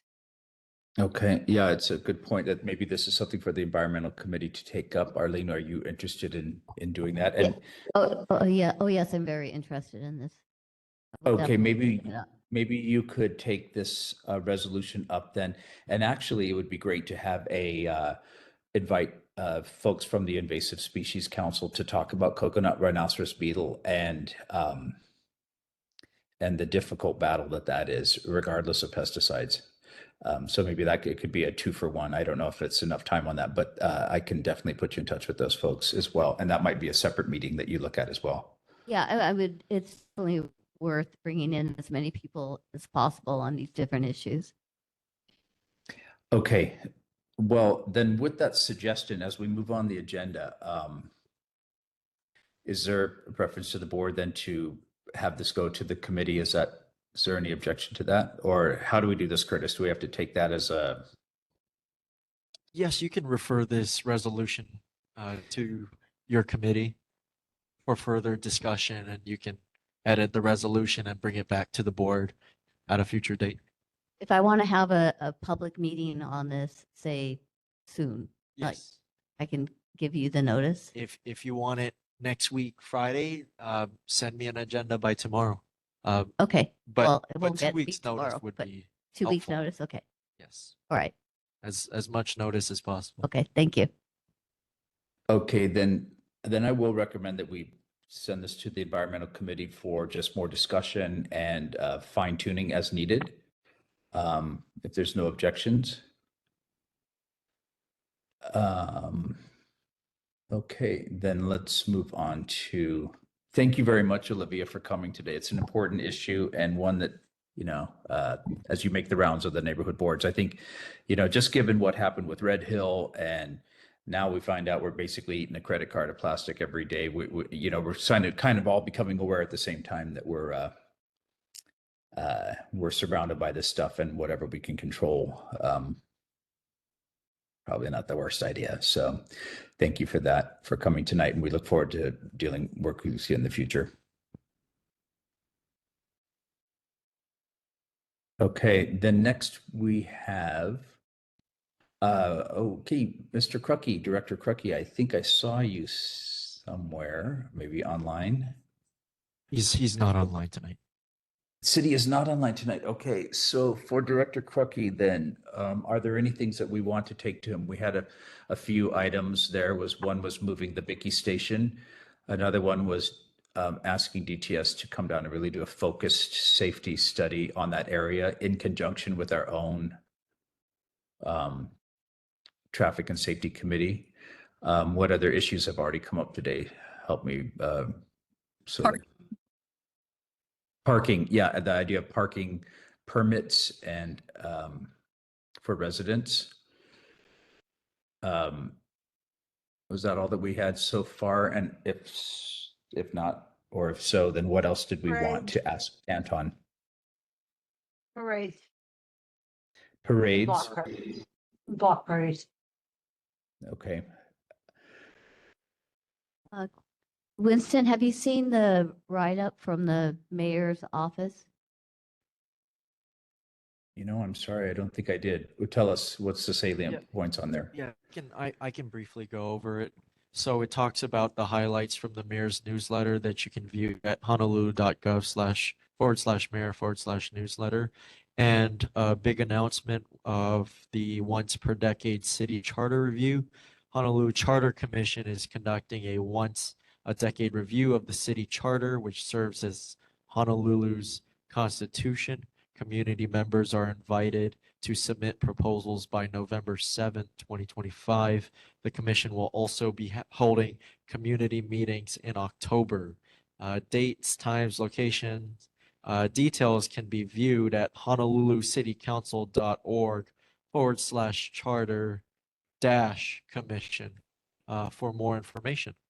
And also, I have a pamphlet for board members and residents in the audience. Regarding the bus route changes, a resident noted conflicting messages about bus route 20, asked for clarification about changes to the route. The disposition of Route 20 and the W line will proceed as follows. With the opening of segment 2 of Skyline, I believe on October 16th, the W line will replace Route 20. And also there was a response regarding the city planning to make cities more bicycle friendly. The city has made great strides in installing several bike lanes in Honolulu, with additional lanes currently planned and being implemented. There are several other bikeway projects in the planning phase, such as the South Shore Bikeway, a 30-mile connection from Nanakuli to UH Manoa. And in 2026, the Oahu Bike Plan 2019 will be updated to continue the progress toward making Oahu a more bike-friendly community. And the city and county of Honolulu was awarded a bicycle-friendly community designation at a silver status level in 2024, up from the bronze level ranking in the years prior. Regarding a tsunami response, Department of Emergency Management announced that the city has been meeting with stakeholders, including city and state agencies, nonprofits, private sector organizations, to work with the city during emergencies, evaluating several aspects of tsunami response. And the state is also conducting a separate review of the response led by the Hawaii Emergency Management Agency, HAEMA. Regarding the Honolulu Hot Zone internet request at the Alawai Golf Course Clubhouse, the city and county of Honolulu does not plan to install Hot Zone internet at the Alawai Golf Course Clubhouse due to no agency requests. The clubhouse's jurisdiction involves multiple city agencies. None have formally requested the Hot Zone internet installation. There is limited public testimony or advocacy for Hot Zone internet at this location, and the high ceilings of the ballroom make it difficult to achieve reliable, high-quality public Wi-Fi coverage. So the city will revisit this if there is high demand or a board resolution regarding this matter, and the city appreciates your understanding and welcomes future feedback or suggestions.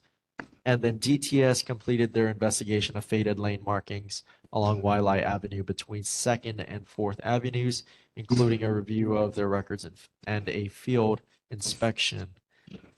There were multiple faded crosswalks within the area of concern, and DTS will issue a work order. Please reference paint and sign work order 36732 to the Department of Facility Maintenance to repaint the faded crosswalks. For updates regarding this order, please contact the Department of Facility and Maintenance, 808-768-3622, regarding paint and sign work order 36732. And that's it. I'll take all of your concerns, including the concern that was brought up a few months ago about the new lane changes in the area of Leahi, Paki, and Montserrat. Thank you, Curtis. Is that Mayor's letter? It's not in the Google Drive, is it? It is in the Google Drive. Let me pull it up. I wasn't seeing it in there. So when Arlene mentioned it, I see the Charter Commission. Refresh, it should be the first document.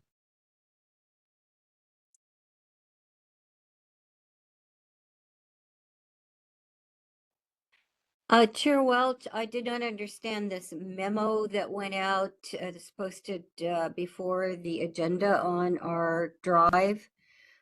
Could somebody explain the source of this memo and the purpose? Yeah, in just one second. I still don't see it, Curtis, but maybe it's does it say, is it? Chair Welch, you see the screen that I'm sharing? That's the memo. Yes, I do. Oh, Yes, is this it? is a memo. This is exactly what Director Crucky would share if he joined our meeting tonight, which he Oh, was it's unavailable. under 05200059, mayor's, I see. Mayor's Okay, memo. I see Yes. it now. It just popped up. Thank you. Okay, so what we really need is the identification of the mayor's representative on this document so we know what it relates to.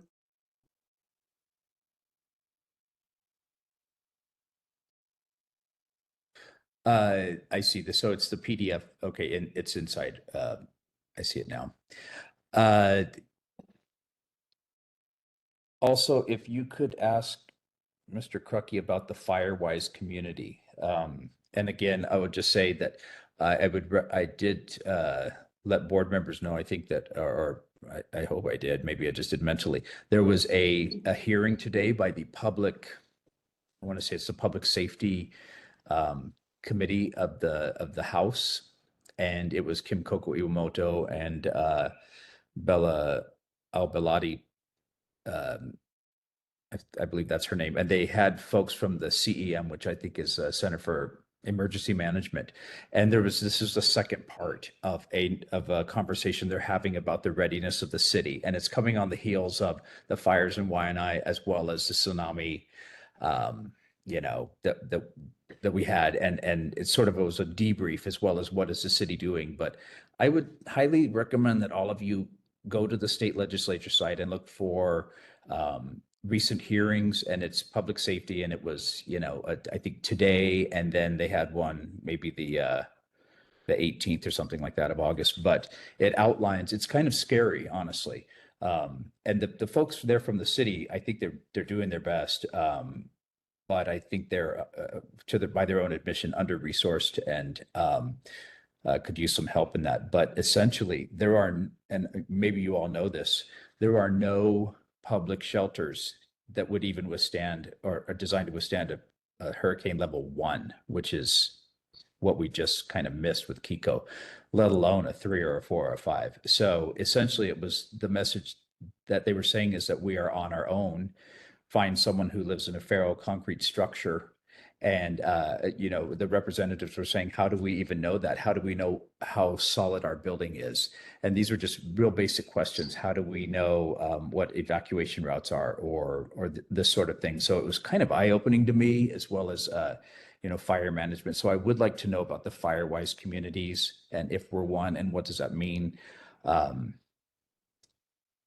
Anyway, yeah, take a look at that, folks, and just see where we're at as part of it was very reassuring, and other parts of it were, I felt like we had some serious gaps about where we need to be. But with that, are there other things for Mr. Crucky to take back to the mayor's office? Angie, go ahead. Yeah, I had a question for Director Crucky regarding Honu. I know previously they had talked about moving Honu over to the dredging yard ahead of the golf course, and instead they put it at Old Stadium Parkway. And I just have heard a few community concerns over at the library for the deaf and blind. Right now, there's an encampment building along the water.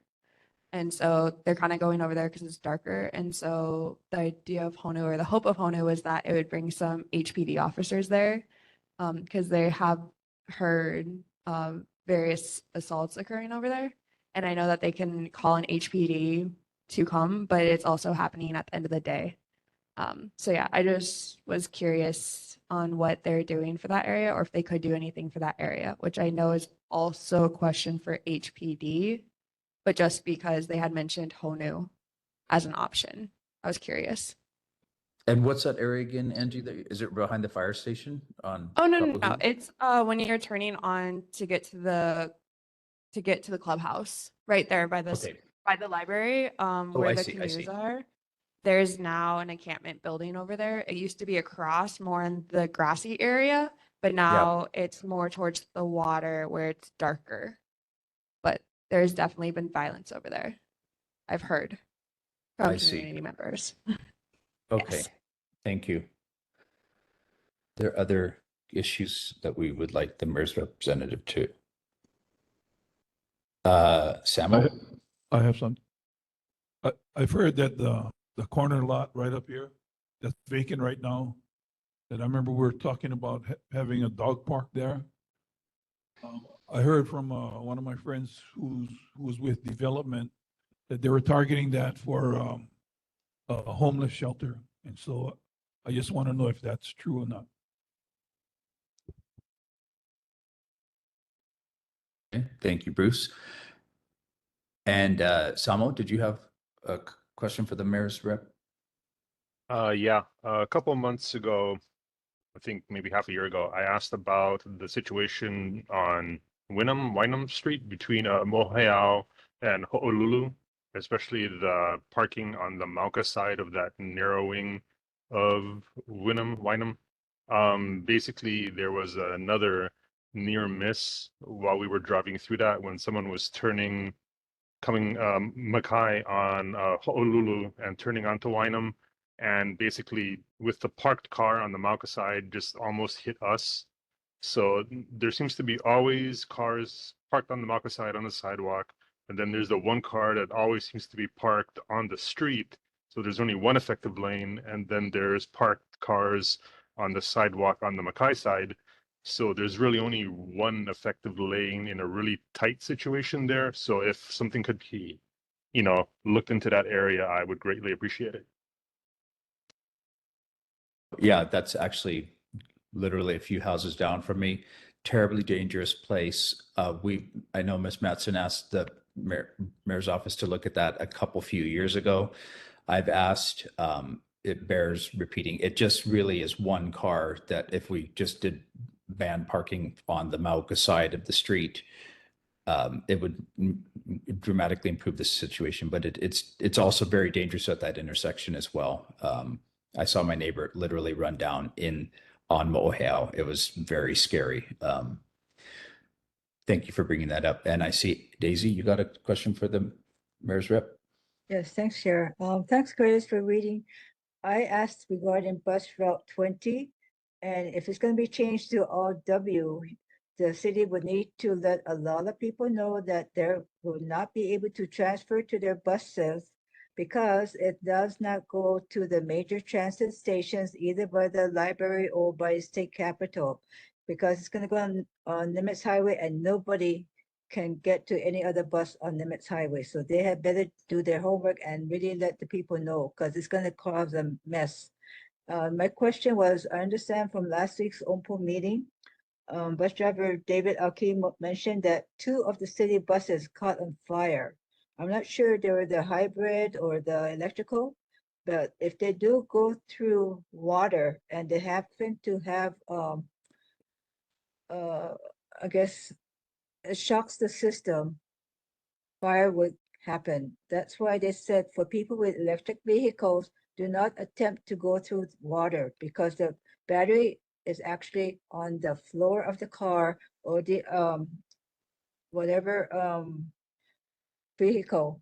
That's probably why the 2 buses were caught on fire. So hopefully DTS can look into the situation carefully and not have any more, because had it been where people were actually on board, there'll be a panic and we never know what's going to happen. So appreciate if DTS can really look into the matter seriously. Thank you. Thank you, Daisy. And Ms. Matson? Thank you, Chair. Another matter to really look into seriously is what Board Member Bruce Wong suggested or brought up about hearing about some plans, Department Unknown, planning a homeless shelter in what is actually state land, public park area fronting LOI Golf Course, where our resolution has advocated a dog park compatible with the landscape. I'd like to know more about this. We need to find out what actually is being planned and by whom. These things seem to creep up on us, and then all of a sudden it's a done deal and the board is handcuffed, the community's handcuffed, and we have something that is totally incompatible with the planning and zoning of this this important area. Something that could actually go anywhere else. So I really would like more information from Board Member Wong, Bruce Wong, on this. See if he can get any details from the person who reported this, what agency or department is advocating this, what the time frame is, and perhaps our Planning and Zoning Committee could do something to look into this once we have more information. Secondly, the comment from Samuel was important. Yes, we did look into the bottleneck on Wynham Street as it approaches Mo'oheo. The city went out there and shrugged its shoulders and said, oh, no, we really don't have to do anything about this. Meanwhile, it's accident prone. It's causing a lot of stress for people who are trying to use Wynham to get to Kapahulu. People from the Diamond Head area and from other areas going through. Wynham is an important street. So we need to have the traffic committee look into this intersection and perhaps draft a resolution, because our board did not have a resolution at the time. We relied on the city that did absolutely nothing. And it's a chronic problem. So that's my recommendation, that we have a resolution to approve, developed by the traffic committee. Thank you. That's an excellent suggestion. I will ask the traffic committee to put that on their agenda as well, if you would. And Margaret, you have a question, comment? I don't think it's state. I think it's city department. Remember we checked with Laura and they thought it was parks, that particular area by the golf course. And then It they is said state it was, land. It is they said state it was land Department managed by the of city under executive order. Enterprise Services. That's It what is- they told us. It is, yes, that is state land managed by the city under Okay. governor's executive order to be managed by the city. And the city has split that, area into two departments that are operating under separate silos. Okay. Thank you, Michelle. May I finish? When I was on the mainland in Canada and reading newspapers, there was quite a bit of talk about bike lanes and how residents in particular areas almost across the two provinces I was in, about the same thing, that they were, dedicating bike lanes and narrowing vehicular lanes.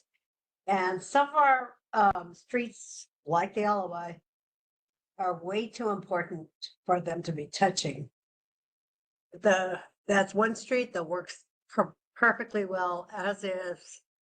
And we definitely don't need a homeless shelter at the beginning of it. So anyway, it was just interesting, the article about it. That other people have pushback on it. And it was kind of the same formula that they've been using here. And it just, they're not listening. Thank you, Margaret. There's no other questions or comments for our mayor's rep, then we can move on to Chair Waters' office. Going once, going twice. Okay. Oh, I'm here. Online. Hi, can you hear me? Yeah, go ahead. Who do we got here? Because is it Tasha? Yeah, this is Tasha. Okay, Tasha, yeah, go ahead. Hi, Chair. Hi, members of the board. I just have one quick update to let you guys know. Bill 49 and Bill 50 passed third and final reading at the September Council meeting last week. These bills introduced by Chair Waters and Budget Chair Val Okimoto provide real property tax relief by increasing the home exemption to $140,000 and the kupuna exemption to $180,000 starting in 2027. Both bills raise the home exemption by $20,000 for homeowners under 65 and those 65 and older. This translates to hundreds of dollars in property tax savings each year. And that's all I have. I'm happy to take any questions or concerns back to Chair Waters.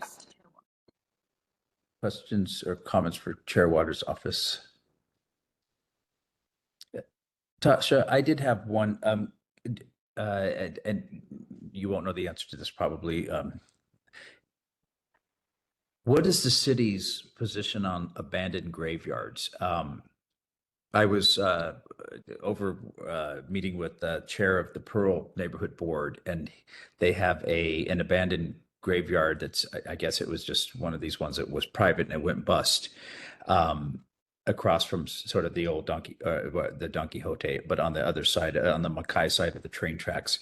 And it was just, it was sad, but I wondered, what does the city have a policy on this? And if not, maybe we should create one that somehow the city, I remember a few years ago, the pagoda that you'd see from the Poly,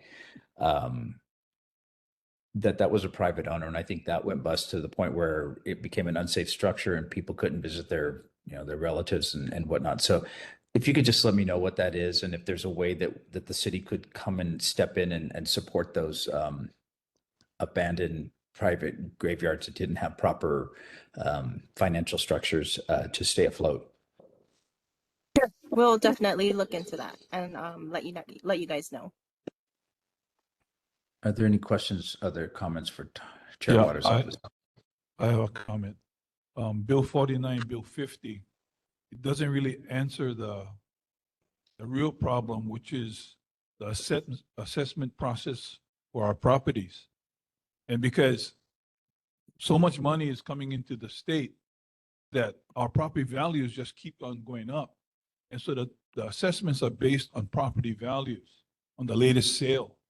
And so if we don't address the assessment process, then it doesn't matter, how much they give back to us, because it'll just keep on escalating. Meaning, my grandfather bought the property after World War I for $700. And today it's, it's valued way above that. But to me, we have to address the assessment process, because my grandchildren live on that property as well. And that's 5 generations later. I hate to think what 5 generations from today will be having to be faced with on property taxes. And that's why everyone just keeps moving away. So that whole process needs to be addressed. That's my comment. Thank you. I agree. I will let Chair Waters know. And perhaps when there's a pig that's created, someone from your office could attend that to hear the concerns of the community about that and understand, help us understand as well the process by which we might affect some change. Noella, you have a question, comment? Yes, I do. Good evening, everyone. Aloha. Haven't spoken to everybody for a while, but Winston, I'd like to comment, Tasha, you too as well, because it's Mr. Waters' district. I like the comment about the cemeteries, because we have one right here in Kahala that is, it just sits there. It's between Zippy's and the public storage. And I brought it up before Memorial Day earlier this year with Ask the Mayor on KHVH from 7 to 8 in the morning. And I brought it up then, and he said he would look into it. So the mayor knows about it. And then 2 weeks ago, I did a follow-up. Every Wednesday from 7 to 8, people can call in and ask the mayor. Now, I understand, Tasha, this is Mr. Waters' district, but the mayor, has a lot of stuff on his plate.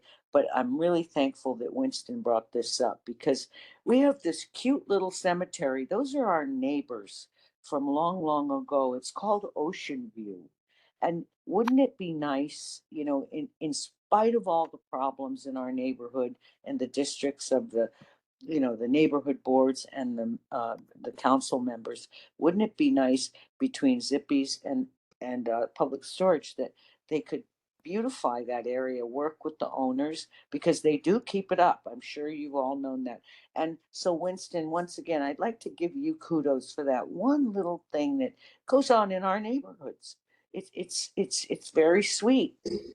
I personally think that Zippies and the public storage should, throw some, mana in there, and the community come together, and because it sits there, there sometimes we see flowers and lay, but it's not big. But wouldn't it be nice just for the generations moving forward to see that this group of us have taken care of this, because we don't ever want it to become what Winston spoke about earlier, Miss Luke, a cemetery that has been basically abandoned. That's not happening yet with Ocean View, but let's look at that. It may seem frivolous, but I'd like to thank everyone in this room today for hearing that out. And once again, thank you, Mr. Welch, for your bringing this little thing up, and thank you, Miss Luke. Bring it to Mr. Waters' attention, please, with all due respect. Aloha. Thank you. I will certainly let him know. Thanks, Noella. And Daisy, you've got a comment or question? Yes, thank you, Chair. Hi, Tasha. I'm just echoing what Bruce Wong mentioned about it doesn't matter how much of a additional incentive you're giving for the people over the age to own their own home. It doesn't matter. You can make it $1 million, because the assessment keeps compounding each year. So that seems to be the basics of why property tax is so unjustified. It doesn't seem as though they know exactly what they're calculating. It seems because of all these developers are building richer and more market price things in the neighborhood. That's why everybody else has a higher assessment for things they have not even changed for maybe 100 years or so. So really the crux of the matter is the assessment rate. That needs to be changed completely, because it makes no sense how much you're giving the taxpayers, because we're going to pay at the end, and our property tax bills are not cheap anymore. Thank you. Thank you. I'll let him know. Thanks, Daisy. And Ms. Matson?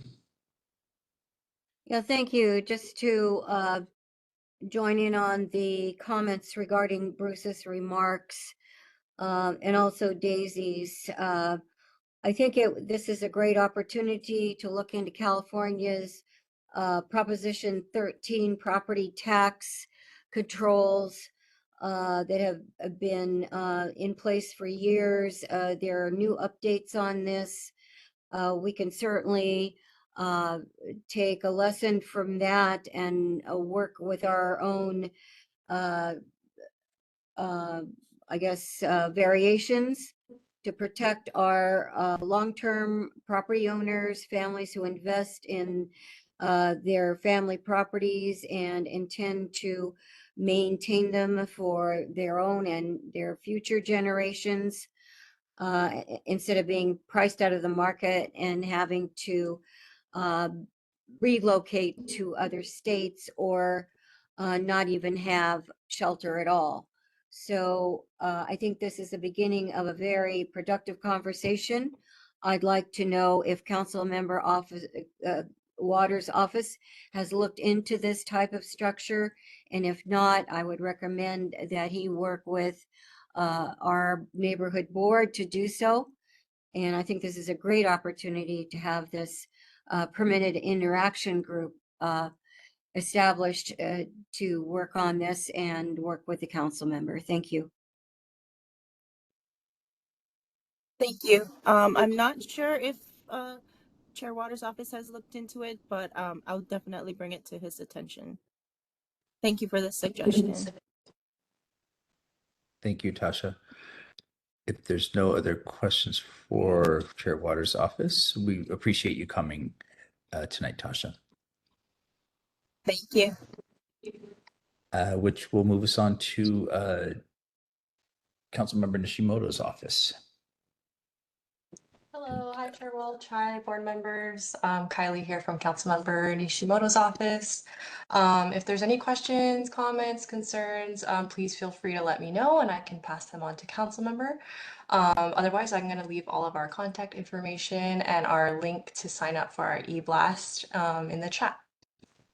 Thank you. And I would just say, Kylie, for just so we don't have to repeat everything, but about everything that Bruce Wong has been talking about and the pig, because obviously this would be a council sort of discussion. And if someone from the office might be able to come, that would be great. Just to hear concerns when that comes up and running. Yeah. Are there questions, comments for Kylie, Councilmember Nishimoto's office?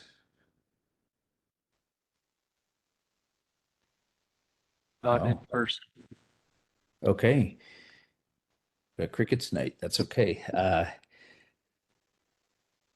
We appreciate you coming, Kylie. We'll have questions for you for sure in the future. So I'll just Thank say, with that one, we're going to move straight on. I don't think anyone is here from Ed Case's office, but if anyone is, let me know. Same for Brian Schatz or Maisie Hirono. Or Winston, I would like to add something that I received from Ed Case's office. And please is do. there- Go ahead. maybe- Yep. And maybe Curtis can follow up, help me follow up. But I received a notice, I think it was a week ago, that Ed Case was asking his constituents to write some testimony about the FAA lowering the helicopter height allowances for commercial tours, and they want to lower it, and the FAA is looking at that right now.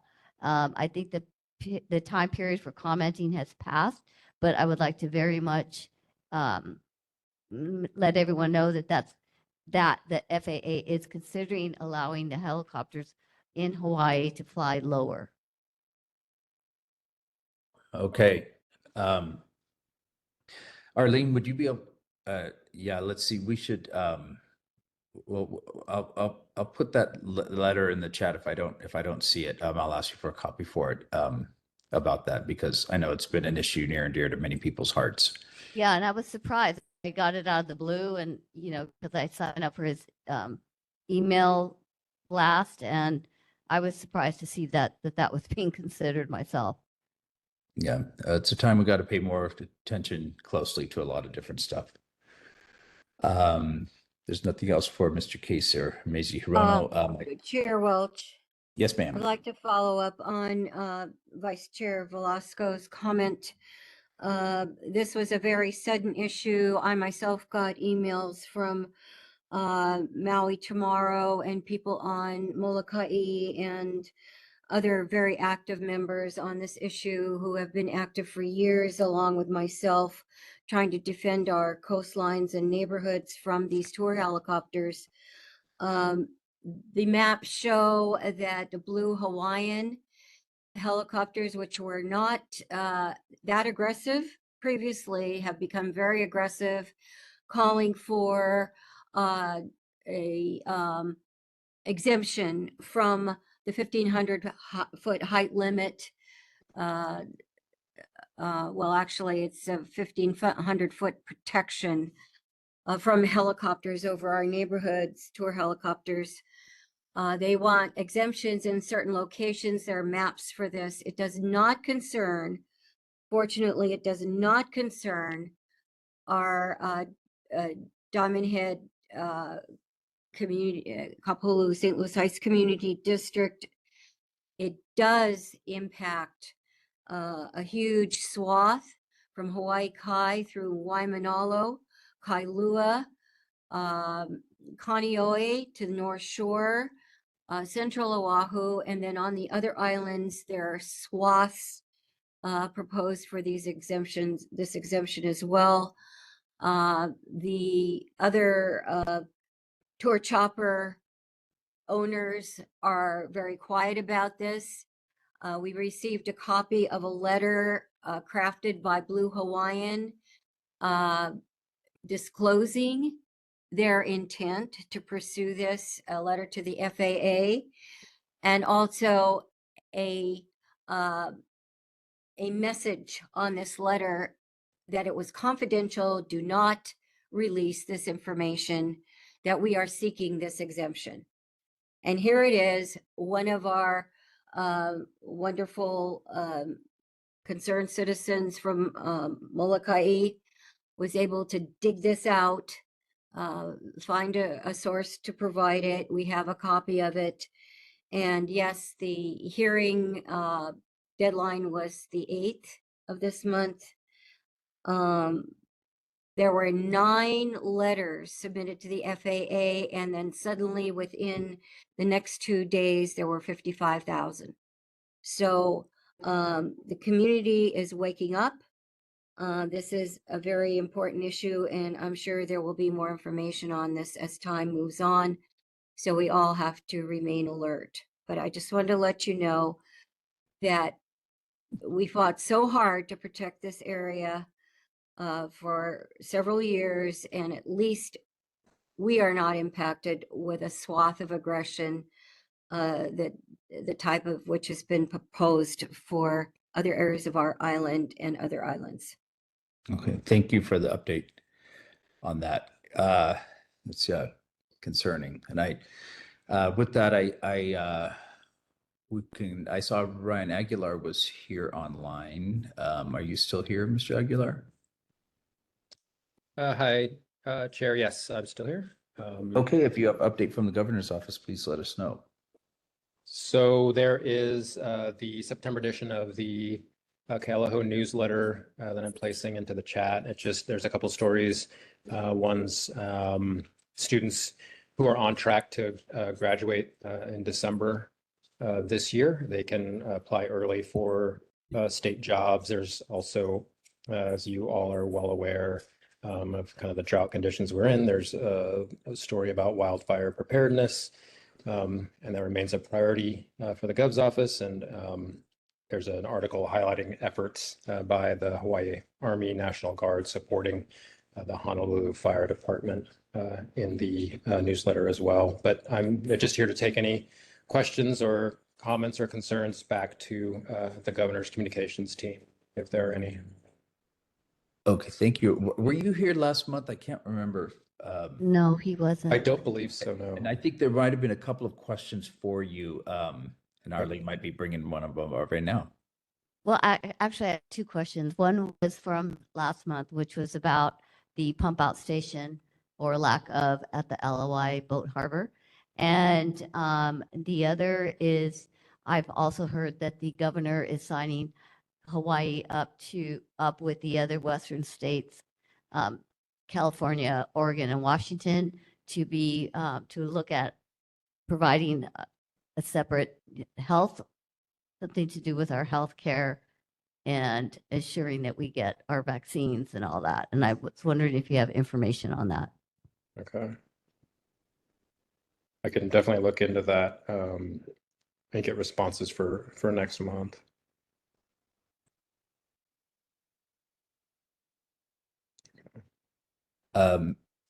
Ms. Matson?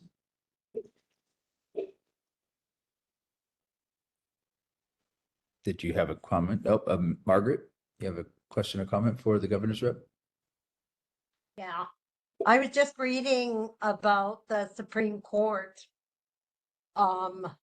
questioning the governor's executive order with regard to housing that just came up today.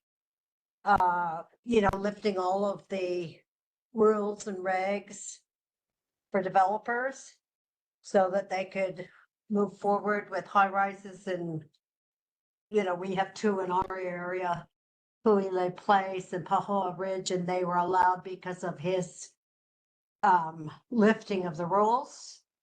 And that was against all of the existing current zoning, height restrictions and everything. And it's going to be interesting to see how that moves forward, but it just was announced. Are you aware of that? I am not personally, but I Yeah. can take it back to the It's team. big. It's because he lifted all the rules so that people could do what or developers raced in under his, I think it was 201 something, to get their developments in so that they could double the height and not have to follow any of the rules. And they were saying that that was not cool. So it was kind of interesting. It was an article actually in Civil Beat today. Today it came out as a notice. And I always thought it was kind of strange that he could do that because it put the city council in a bad way because they only had a fast track 45 days from submission to either accept or reject. And so a lot of the developers were taking advantage of that and moving into settled residential areas like ours and ignoring the community's wishes. Anyway, just a heads up to everyone that that's news. Thank you, Margaret. And Daisy, Winston? is that, Michelle? oh, go ahead. Yeah, to follow up on Margaret's comment, Civil Beat had an article that the state Supreme Court has now ruled to put the reins on that kind of liberty that was taken by the governor to relax all of our protections. And the issue is that this will have to be revisited. The agency that has been given the free reins for all these exemptions, to allow the exemptions, to allow the loans to the developers and all the permitting and height exemptions is the HHFDC, which the legislature established. This needs to go back to the legislature in view of the Supreme Court, Hawaii Supreme Court ruling, and it all needs to be revamped. So I think we have cause to celebrate this ruling. The governor has cause to take this very seriously, and we need to take a hard look at the HHFDC flaunting our protections in favor of the developers. Thank you. Thank you. And Daisy, you have a question or comment for the? Yes, thanks, Chair. My question is, does the state take ownership of abandoned properties? If so, how many years if the person that owns the property pays property tax, etc., but then all of a sudden the state can take ownership of that particular property? Is that something that the state does? I'm not sure which department that will fall under, but it seems as though a friend of mine might have his property taken away because of that so-called abandoned rule. The only reason is that he cannot live there is because he needs 24-hour care and can't live at his own home. So I don't know what the ruling is for that particular, I guess, statute or ordinance. Thank you. Yeah, I can take that question back. That might be a DLNR question. I'm not certain on that, but I can get an answer for you for next meeting. We have other questions for the governor's rep. I just wanted to echo what I had said earlier, which was about the coordination between the city and the state as far as our disaster management goes. Because right here, we're next to Diamond Head, which is a state property. And how is the coordination going since we've had some fires over in Waianae and also, with the tsunamis, like how does that work? How assured can we be of fire safety management on our ridges and our valleys, on our state properties like Diamond Head? And what are the plans for us from a state perspective, especially regards to fire management and the plan specifically for this neighborhood, if there is one? And how does that dovetail into what the city may or may not have?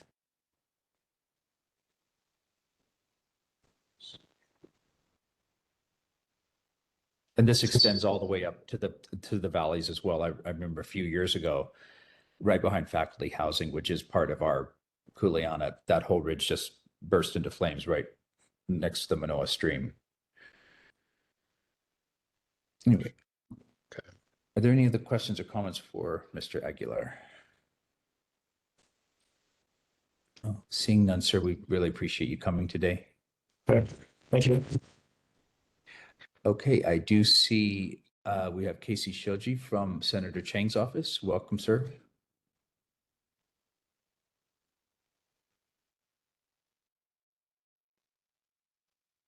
You got it. Yeah, there you go.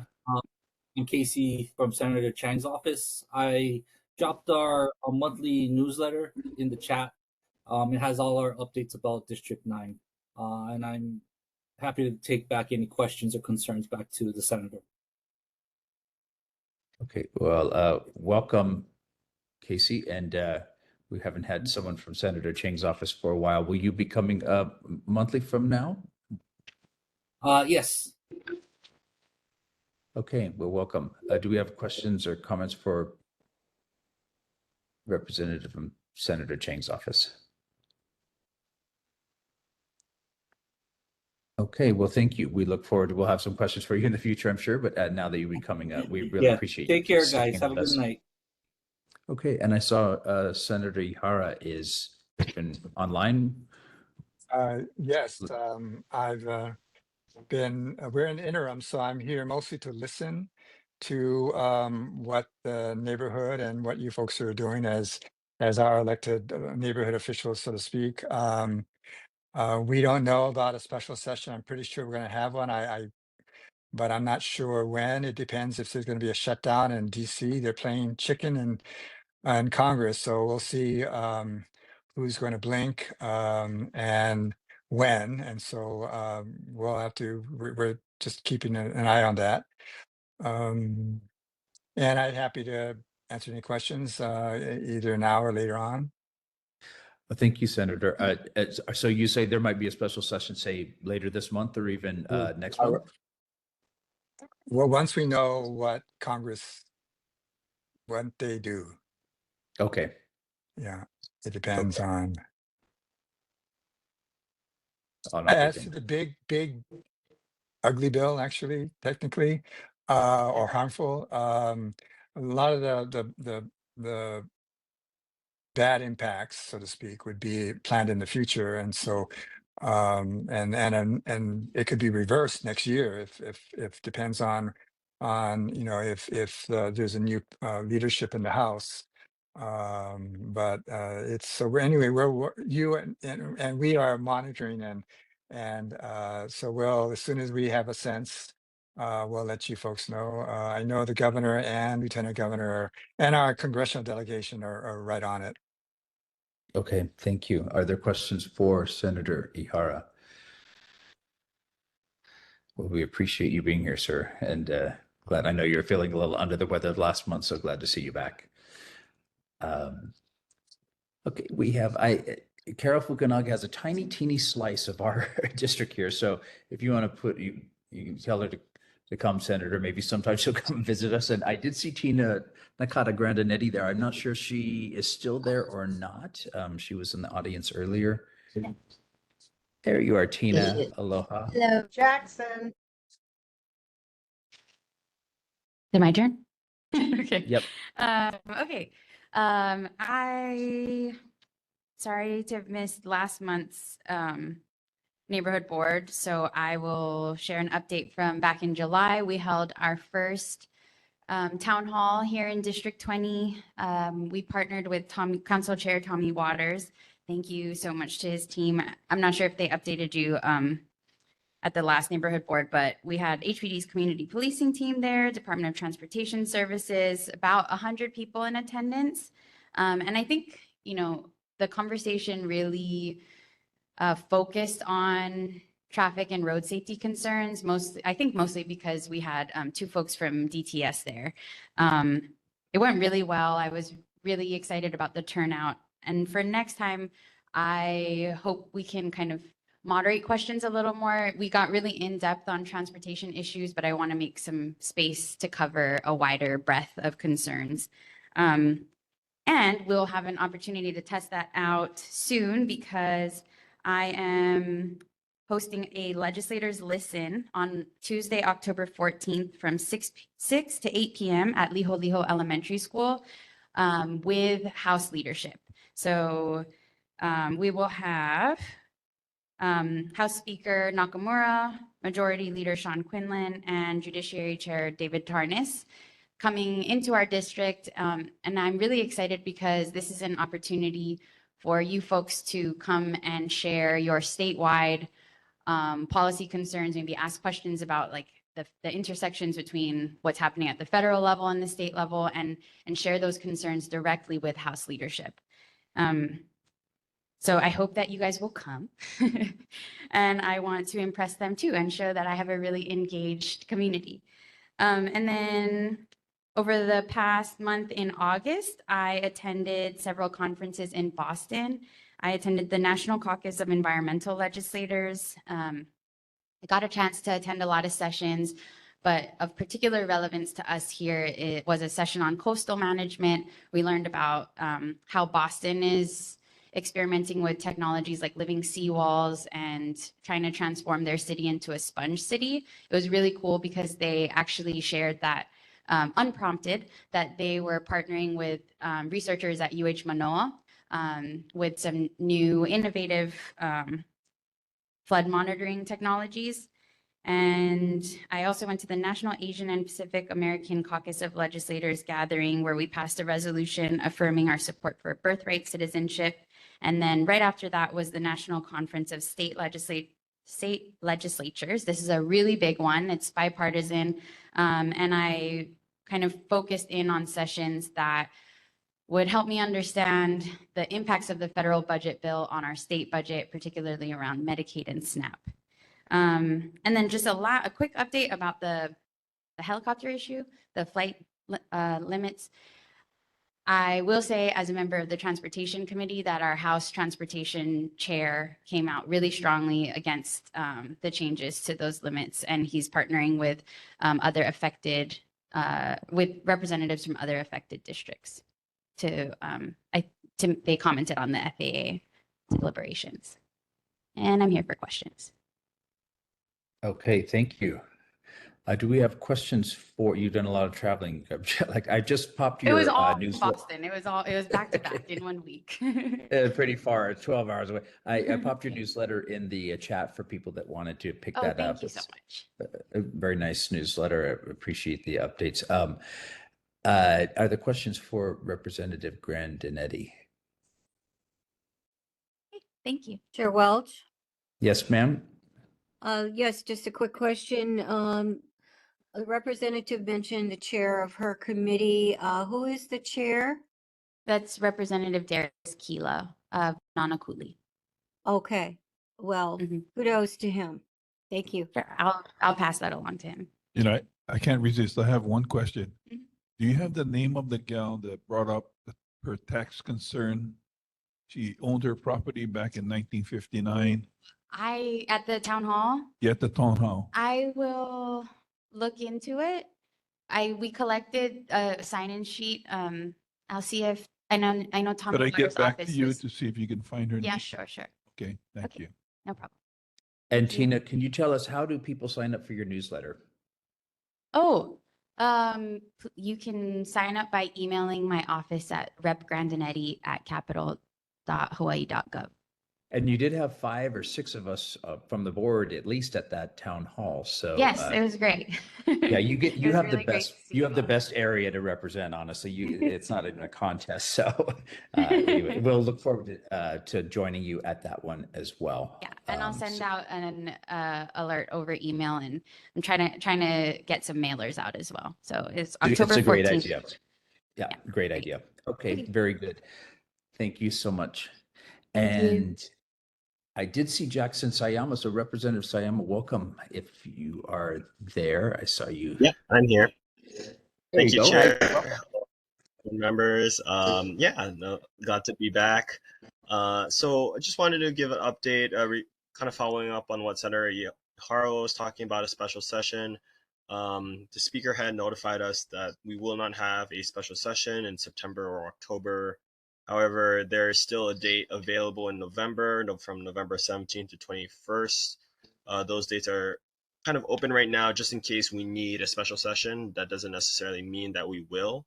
Again, as Senator Iharo was mentioning, we will be monitoring the progress on the federal side and to see if the state needs to respond to anything immediate.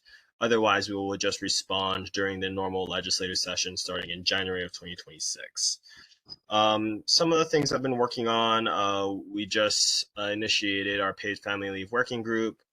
So this is a working group focusing on developing a paid family leave policy specifically for Hawaii. This is to address some of the costs involved and sacrifices involved for working those when they have to care for loved ones, whether that be maybe significant other after childbirth, babies, their kids, their grandparents or parents. In any case, this is an incredibly comprehensive policy. So we have great people working on it right now. Hopefully we'll have a public hearing to solicit some opinions and ideas from the public later on. But right now we're just trying to get that ball rolling. In the district, I just started a new email blast initiative in addition to my physical newsletters that people get in the mail. If you're interested in signing on to that, if you live in my district, you could just email my office and we'll put you on that. We share relevant information for the district. Most recent one was about Hurricane Kiko. So if you want to sign on to that, again, just email my office at represayama@capital.hawaii.gov. And with that, I'm available for questions. Sorry, Winston, I think you're muted.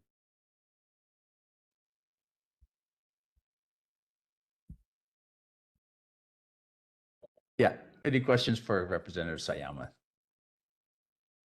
I did have one. If there is a special session, would it strictly be limited to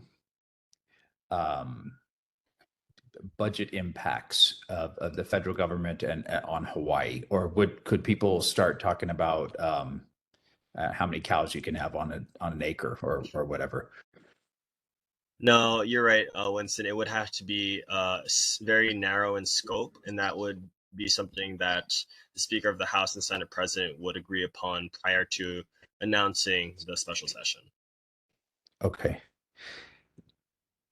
There are other questions or concerns? I know you're kind of in a lull right now, all our representatives, so the calm before the storm as you go back into session soon. We appreciate you coming tonight. Of course. And I don't think we have Representative Garrett here again, like Carol Fukunaga. He has a tiny bit of our district, but I do see a Representative Old. So welcome, sir, and glad to have you here. Aloha, good evening, Chair, members. I apologize for last month. I'm not sure if anybody had seen me on, but my phone had died while I was in the car and I wasn't able to get back on. So I apologize. So the newsletter for last month is in the chats. Not much to share. We conducted our lawmakers listen for our district on September 9th. September 2nd. We had Speaker Nakamura, Vice Speaker Chiyama, Majority Floor Leader D. Morikawa, and the Finance Chair Chris Todd. And for those who I guess maybe have attended Chair Waters and Rep. Grandinetta's town hall, I think maybe expect for it to be a little bit different. In our lawmakers listen, we did have a lot of city issues that were brought up by the constituency, but we kind of funneled it to basically say, like, those would be city issues. We can address this offline. We basically were just trying to focus on state issues. I'm not sure how Rep. Grandinette can be running hers, but that was the guidance that I had. So maybe be prepared.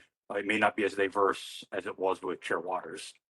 I have been walking the district, so I may be one of the few reps that's not traveling at all in the interim. Staying home, focusing on community time. So knocking on doors, getting involved in the community activities and concerns. And I'm also conducting my survey on foot. So right now I have about 600 responses total. And we're going to be using this as a tool to be able to kind of lean against to draft legislation. And our cutoff is going to be, we're looking at October 31st, so Halloween. That way we have enough time to start working on bills to be able to introduce in January. And with that, I'll take any questions or comments, concerns. Thank you, Representative Olds. Will you be on the same committees start from January or December? Does that change? To my knowledge, I'm on the same committees. Okay. Do we have questions or comments for Representative Olds? Okay, we're a quiet group tonight, so that's okay. We really appreciate you coming. And yeah, good for you walking door to door. There's nothing like meeting people face to face in their homes to tell you their concerns. So yeah, keep up the good work. Thank you. Okay, with that, we have a little bit of board business. I don't have any particular announcements. Be nice to everyone you meet as much as you can. I did put the confirmation of board committees there, committee chairs and committee members. It's on the agenda. I won't go over it, but if you see any mistakes in there, let me know. I do have the list of folks' names and emails that you've shared with me that we can share with each other. I will send that out after next month when we fill out our board. We don't have any committee reports this time, so as we're planning any committee meetings, just let us know. Let Curtis know a week in advance. Again, that Liho Elementary said that would be a good place that we could meet. The principal was very nice and said that could be a venue for us. The other place I'd recommend would be the Kaimuki Library. It's a little more difficult there, but and it costs, I don't know, I gave him $20 or $25 to meet there for one event. Go ahead, Angie. Yeah, I just wanted to give board members and community members a heads up. As I mentioned earlier, DTS reached out and they wanted to hold a meeting with us, and it had to do with the parking concerns. And so Ulupono Initiative, they actually created a parking game, and it kind of is a model to discuss the different parking dynamics that we experience in our neighborhoods. And it also is a good opportunity to express to DTS the different concerns that we have. So I'm going to be working with Curtis and Margaret to set up a time for that. They were talking the 23rd or the 24th of September, but location TBD. So once we have that, of course, per Sunshine, you guys will be notified of the event. But yes, DTS is listening, so they are coming to us. Okay, very good. Thank you, Angie.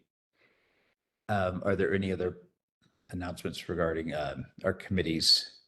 So we haven't had any there. Sub-district reports, we have Julie Allen for Sub-District 1. Yes, St. Louis Heights Community Association has changed their meeting from this Monday, the 8th, until next week, Monday, the 15th, and it will be on Zoom. It'll be on Zoom. Okay. And how would we find out what that Zoom address is?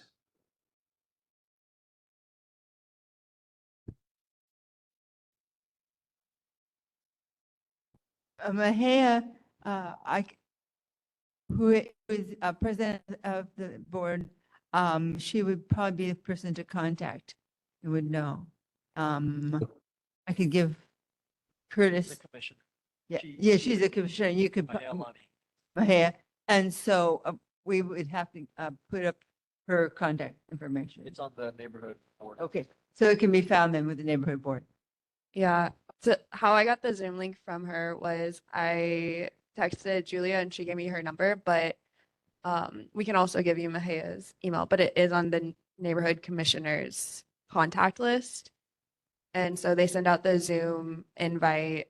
They still are waiting to send out the link, but they send it out via their contact list. So you just email her to ask to be on the contact list. Okay. Thank you. Yeah. Anthony Miranda of Kapahulu Subdistrict 2. Any report for us? Nothing to report. Okay. And we have Linda Wong of Subdistrict 3. I wanted to thank the board for your process and the reelection of the Subdistrict 3 representative hanging in there. And then I'd like to thank the governor for weighing in on the natatorium in Kaimana Beach and giving his reasons and thoughts on the issue. And then also Laura Thielen, I'd like to thank her for completing the seawall repair at the Barefoot Cafe. It's completely finished and they didn't take down the fencing yet. I'll have to ask her about that. But this area seems fixed and then I'll continue to follow that through. That's about it for this meeting. Thank you. Thank you, Linda. Okay, are there any other board reports of board members attending other board and other public meetings?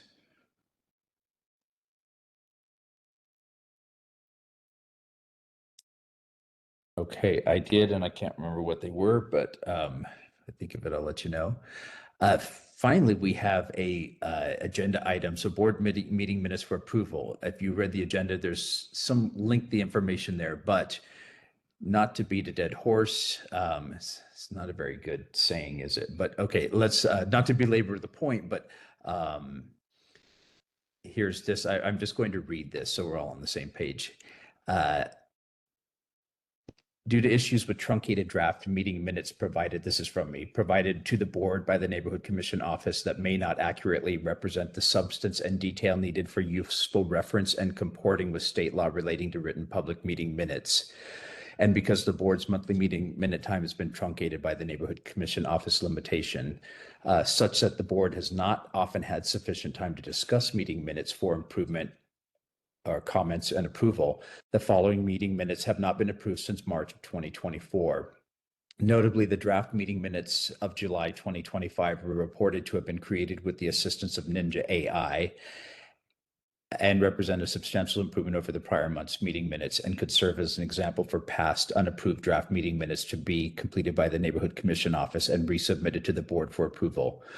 Therefore, the chair's recommendation per previous discussion during the August 14th board meeting is to return the unapproved draft meeting minutes to the Neighborhood Commission Office to be completed by the neighborhood assistants using AI to comport with state laws requiring complete public meeting minutes reflecting matters discussed and the views of participants, and to meet the needs of this board and community for accurate and complete board meeting minutes, and then resubmit the completed draft meeting minutes to the board for review and approval at a future meeting. Prior to board approval, these current draft meeting minutes exist for the public to reference in the interim, and then the draft meeting minutes are there. They're all in our Google Drive and available for the public to see. I think you all know my position on this. As someone who has to look at many different neighborhood boards, for example, the Alawai watershed, I would have to look at 7 different neighborhood board meeting minutes. And when I can't see someone's specific name, for example, Arlene might have asked about something from Tommy Waters, and she might have asked about something, maybe about the Alawai project or some environmental concerns. She might have asked it to the mayor's office, Ed Case's office, public concerns, maybe to the Board of Water Supply. Unless I really am interested in what Arlene has to say, if I don't see that it says Arlene Velasco says, or if it just says community concerns followed, I'd have to slog through the video production of that. The other concern I have with that is that so that's 3 hours times 7 is 20 hours a month just to look through that, rather than scanning for Arlene's name and finding out what she had to say, for example. The other thing is that the detail that's provided by meeting minute notes that are a little bit longer, and I think the AI problem or solution is really elegant, and I don't think it requires us to belabor this, but the Neighborhood Commission Office sent something out saying that it's up to every board to take care of their meeting minutes. Now, we have a very excellent board secretary, Michelle Matson, who has corrected meeting minutes in the past, but I think we're on the same page about returning them so that they can be done, maybe just run through an AI. That's all it would take. And I think the neighborhood commission might be moving towards this level as well. And this is nothing to say of our excellent neighborhood assistant as well.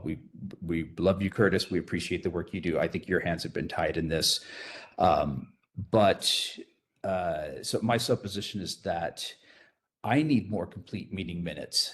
And if the video bleeps for whatever reason and we lose the video, then we've lost the real gist of the meetings. All we're asking for is that we go back to a time before COVID and how we used to do the meeting minutes that were just fleshed out. This is not rocket science, not something that's extraordinary, but because the neighborhood commission office says this is your responsibility, 30 neighborhood boards, you get 30 very wildly different possibilities for neighborhood board meeting minutes, right?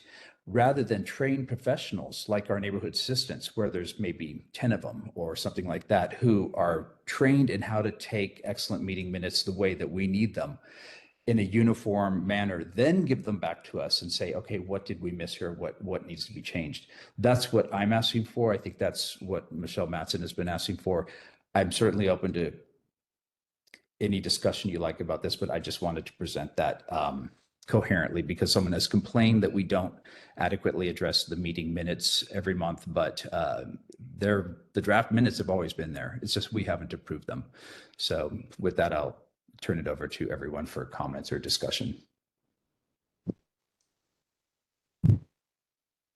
Me? Margaret? Hello. Okay, go ahead, Margaret. I was at the Elks Club post meeting there, and they had some sort of technology, and I can't remember what it was called, and it just dictated and translated immediately all of the conversation correctly. And I should find out what it was, but the neighborhood commission, they should get this updated, technology. But everything was absolutely on point and correct. And it was exactly what was going on in the meeting. I'll find out. It's called something, but I forgot what it was. Okay. But it is like AI, but it's, right. It's right in the moment.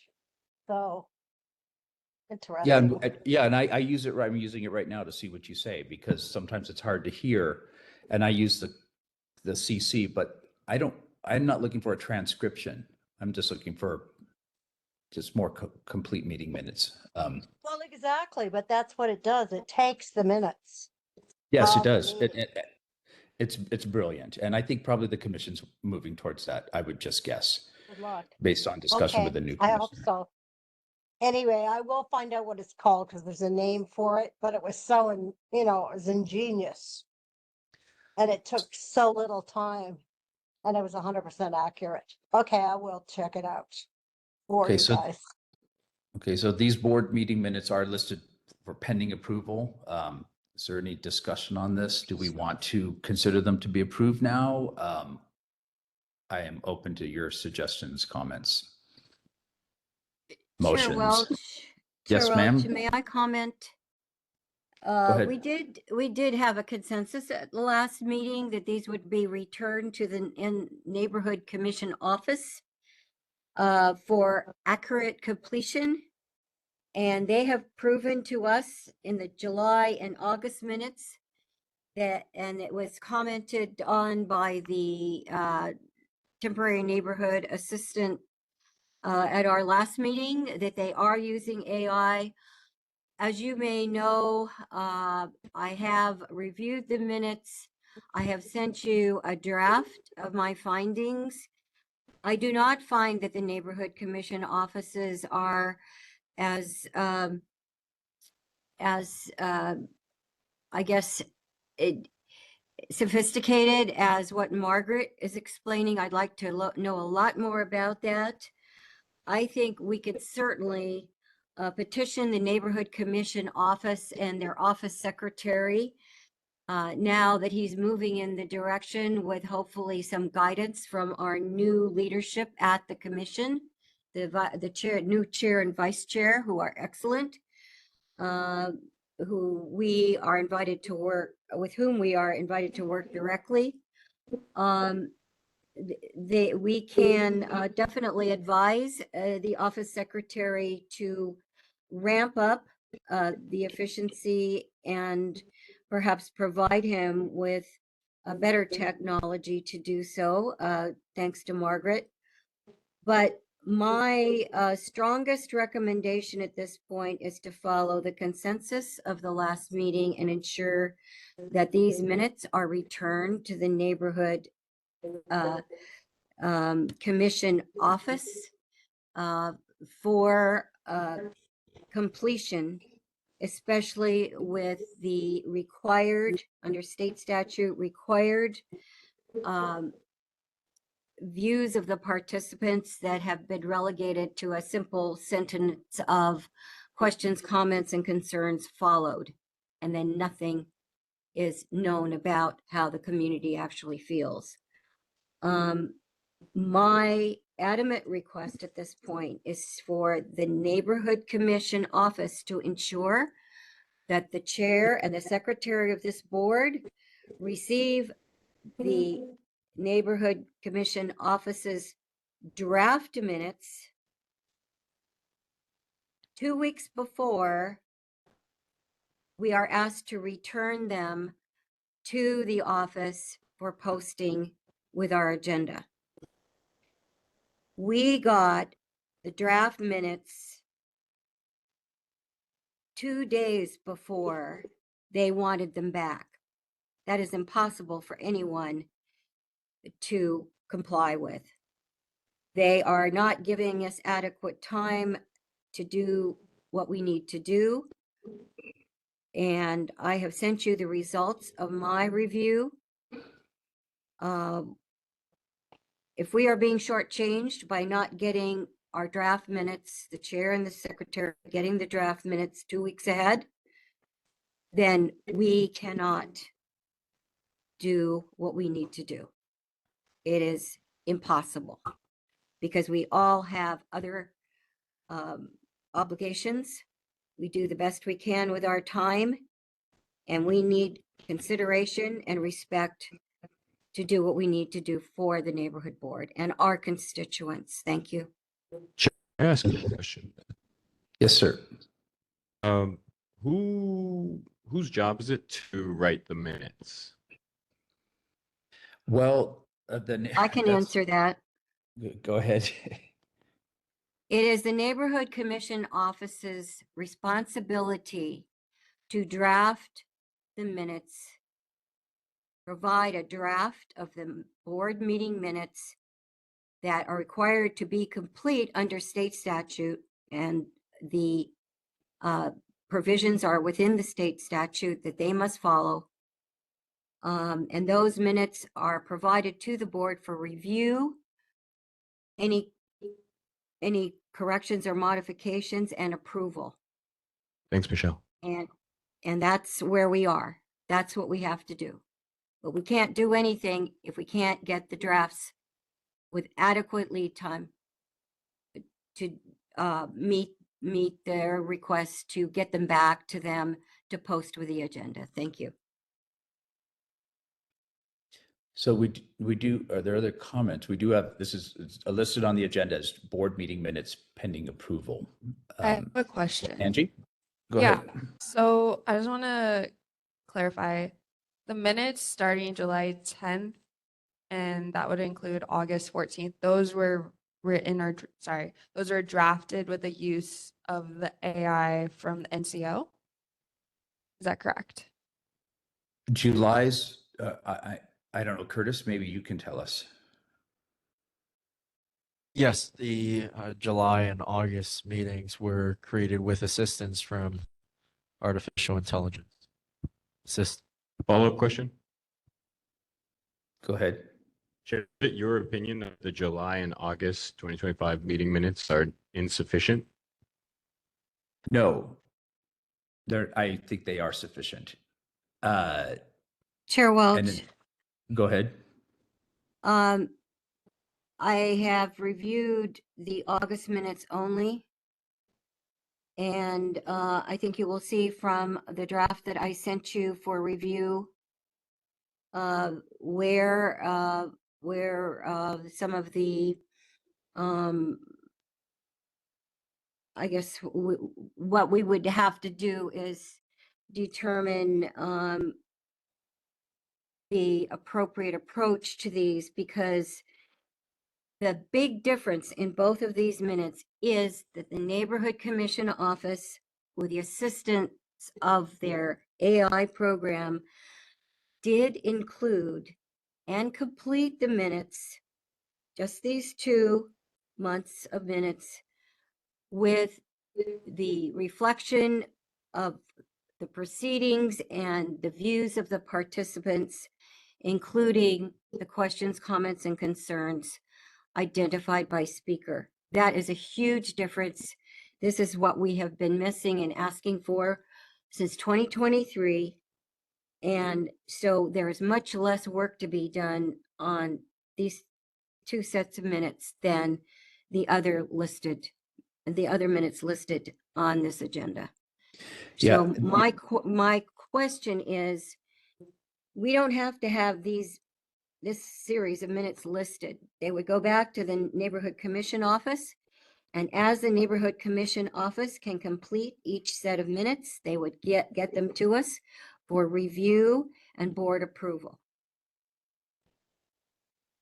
Your question, Anthony, I got back that Michelle's corrected, Secretary Matson's corrected draft meeting minutes for August. Late, as she mentioned, we got them late from the commission office, turning them around. I got them where I haven't had enough time to actually go over them myself. So I didn't put them in the Google Drive. So for me, you haven't seen that result, but I would say for July, what everyone has is the answer is yes. For the other meeting minutes, I think they need to be sent back. So that's my opinion. I have one more Go ahead. question. Sure. Would the NCO, do they offer that service to go back for over a year of meetings to run it through AI? Is that a thing that they actually can do? I think that's a question for Curtis. Sorry, Curtis. No. The secretary would have to review those minutes. I Do you object. Point of order, Mr. Chair. It is the neighborhood commission office's responsibility. They now have the technology. They will need to provide the board with complete minutes. That is in the law. And then we can proceed from that point.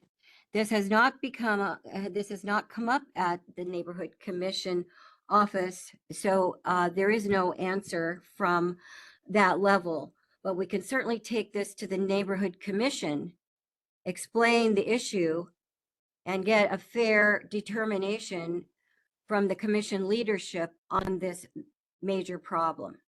That So seems a I don't reasonable think- course. I don't Yeah. think this is the board's kuleana, nor is it the commission office's kuleana at this point. It belongs at the commission level. Thank you.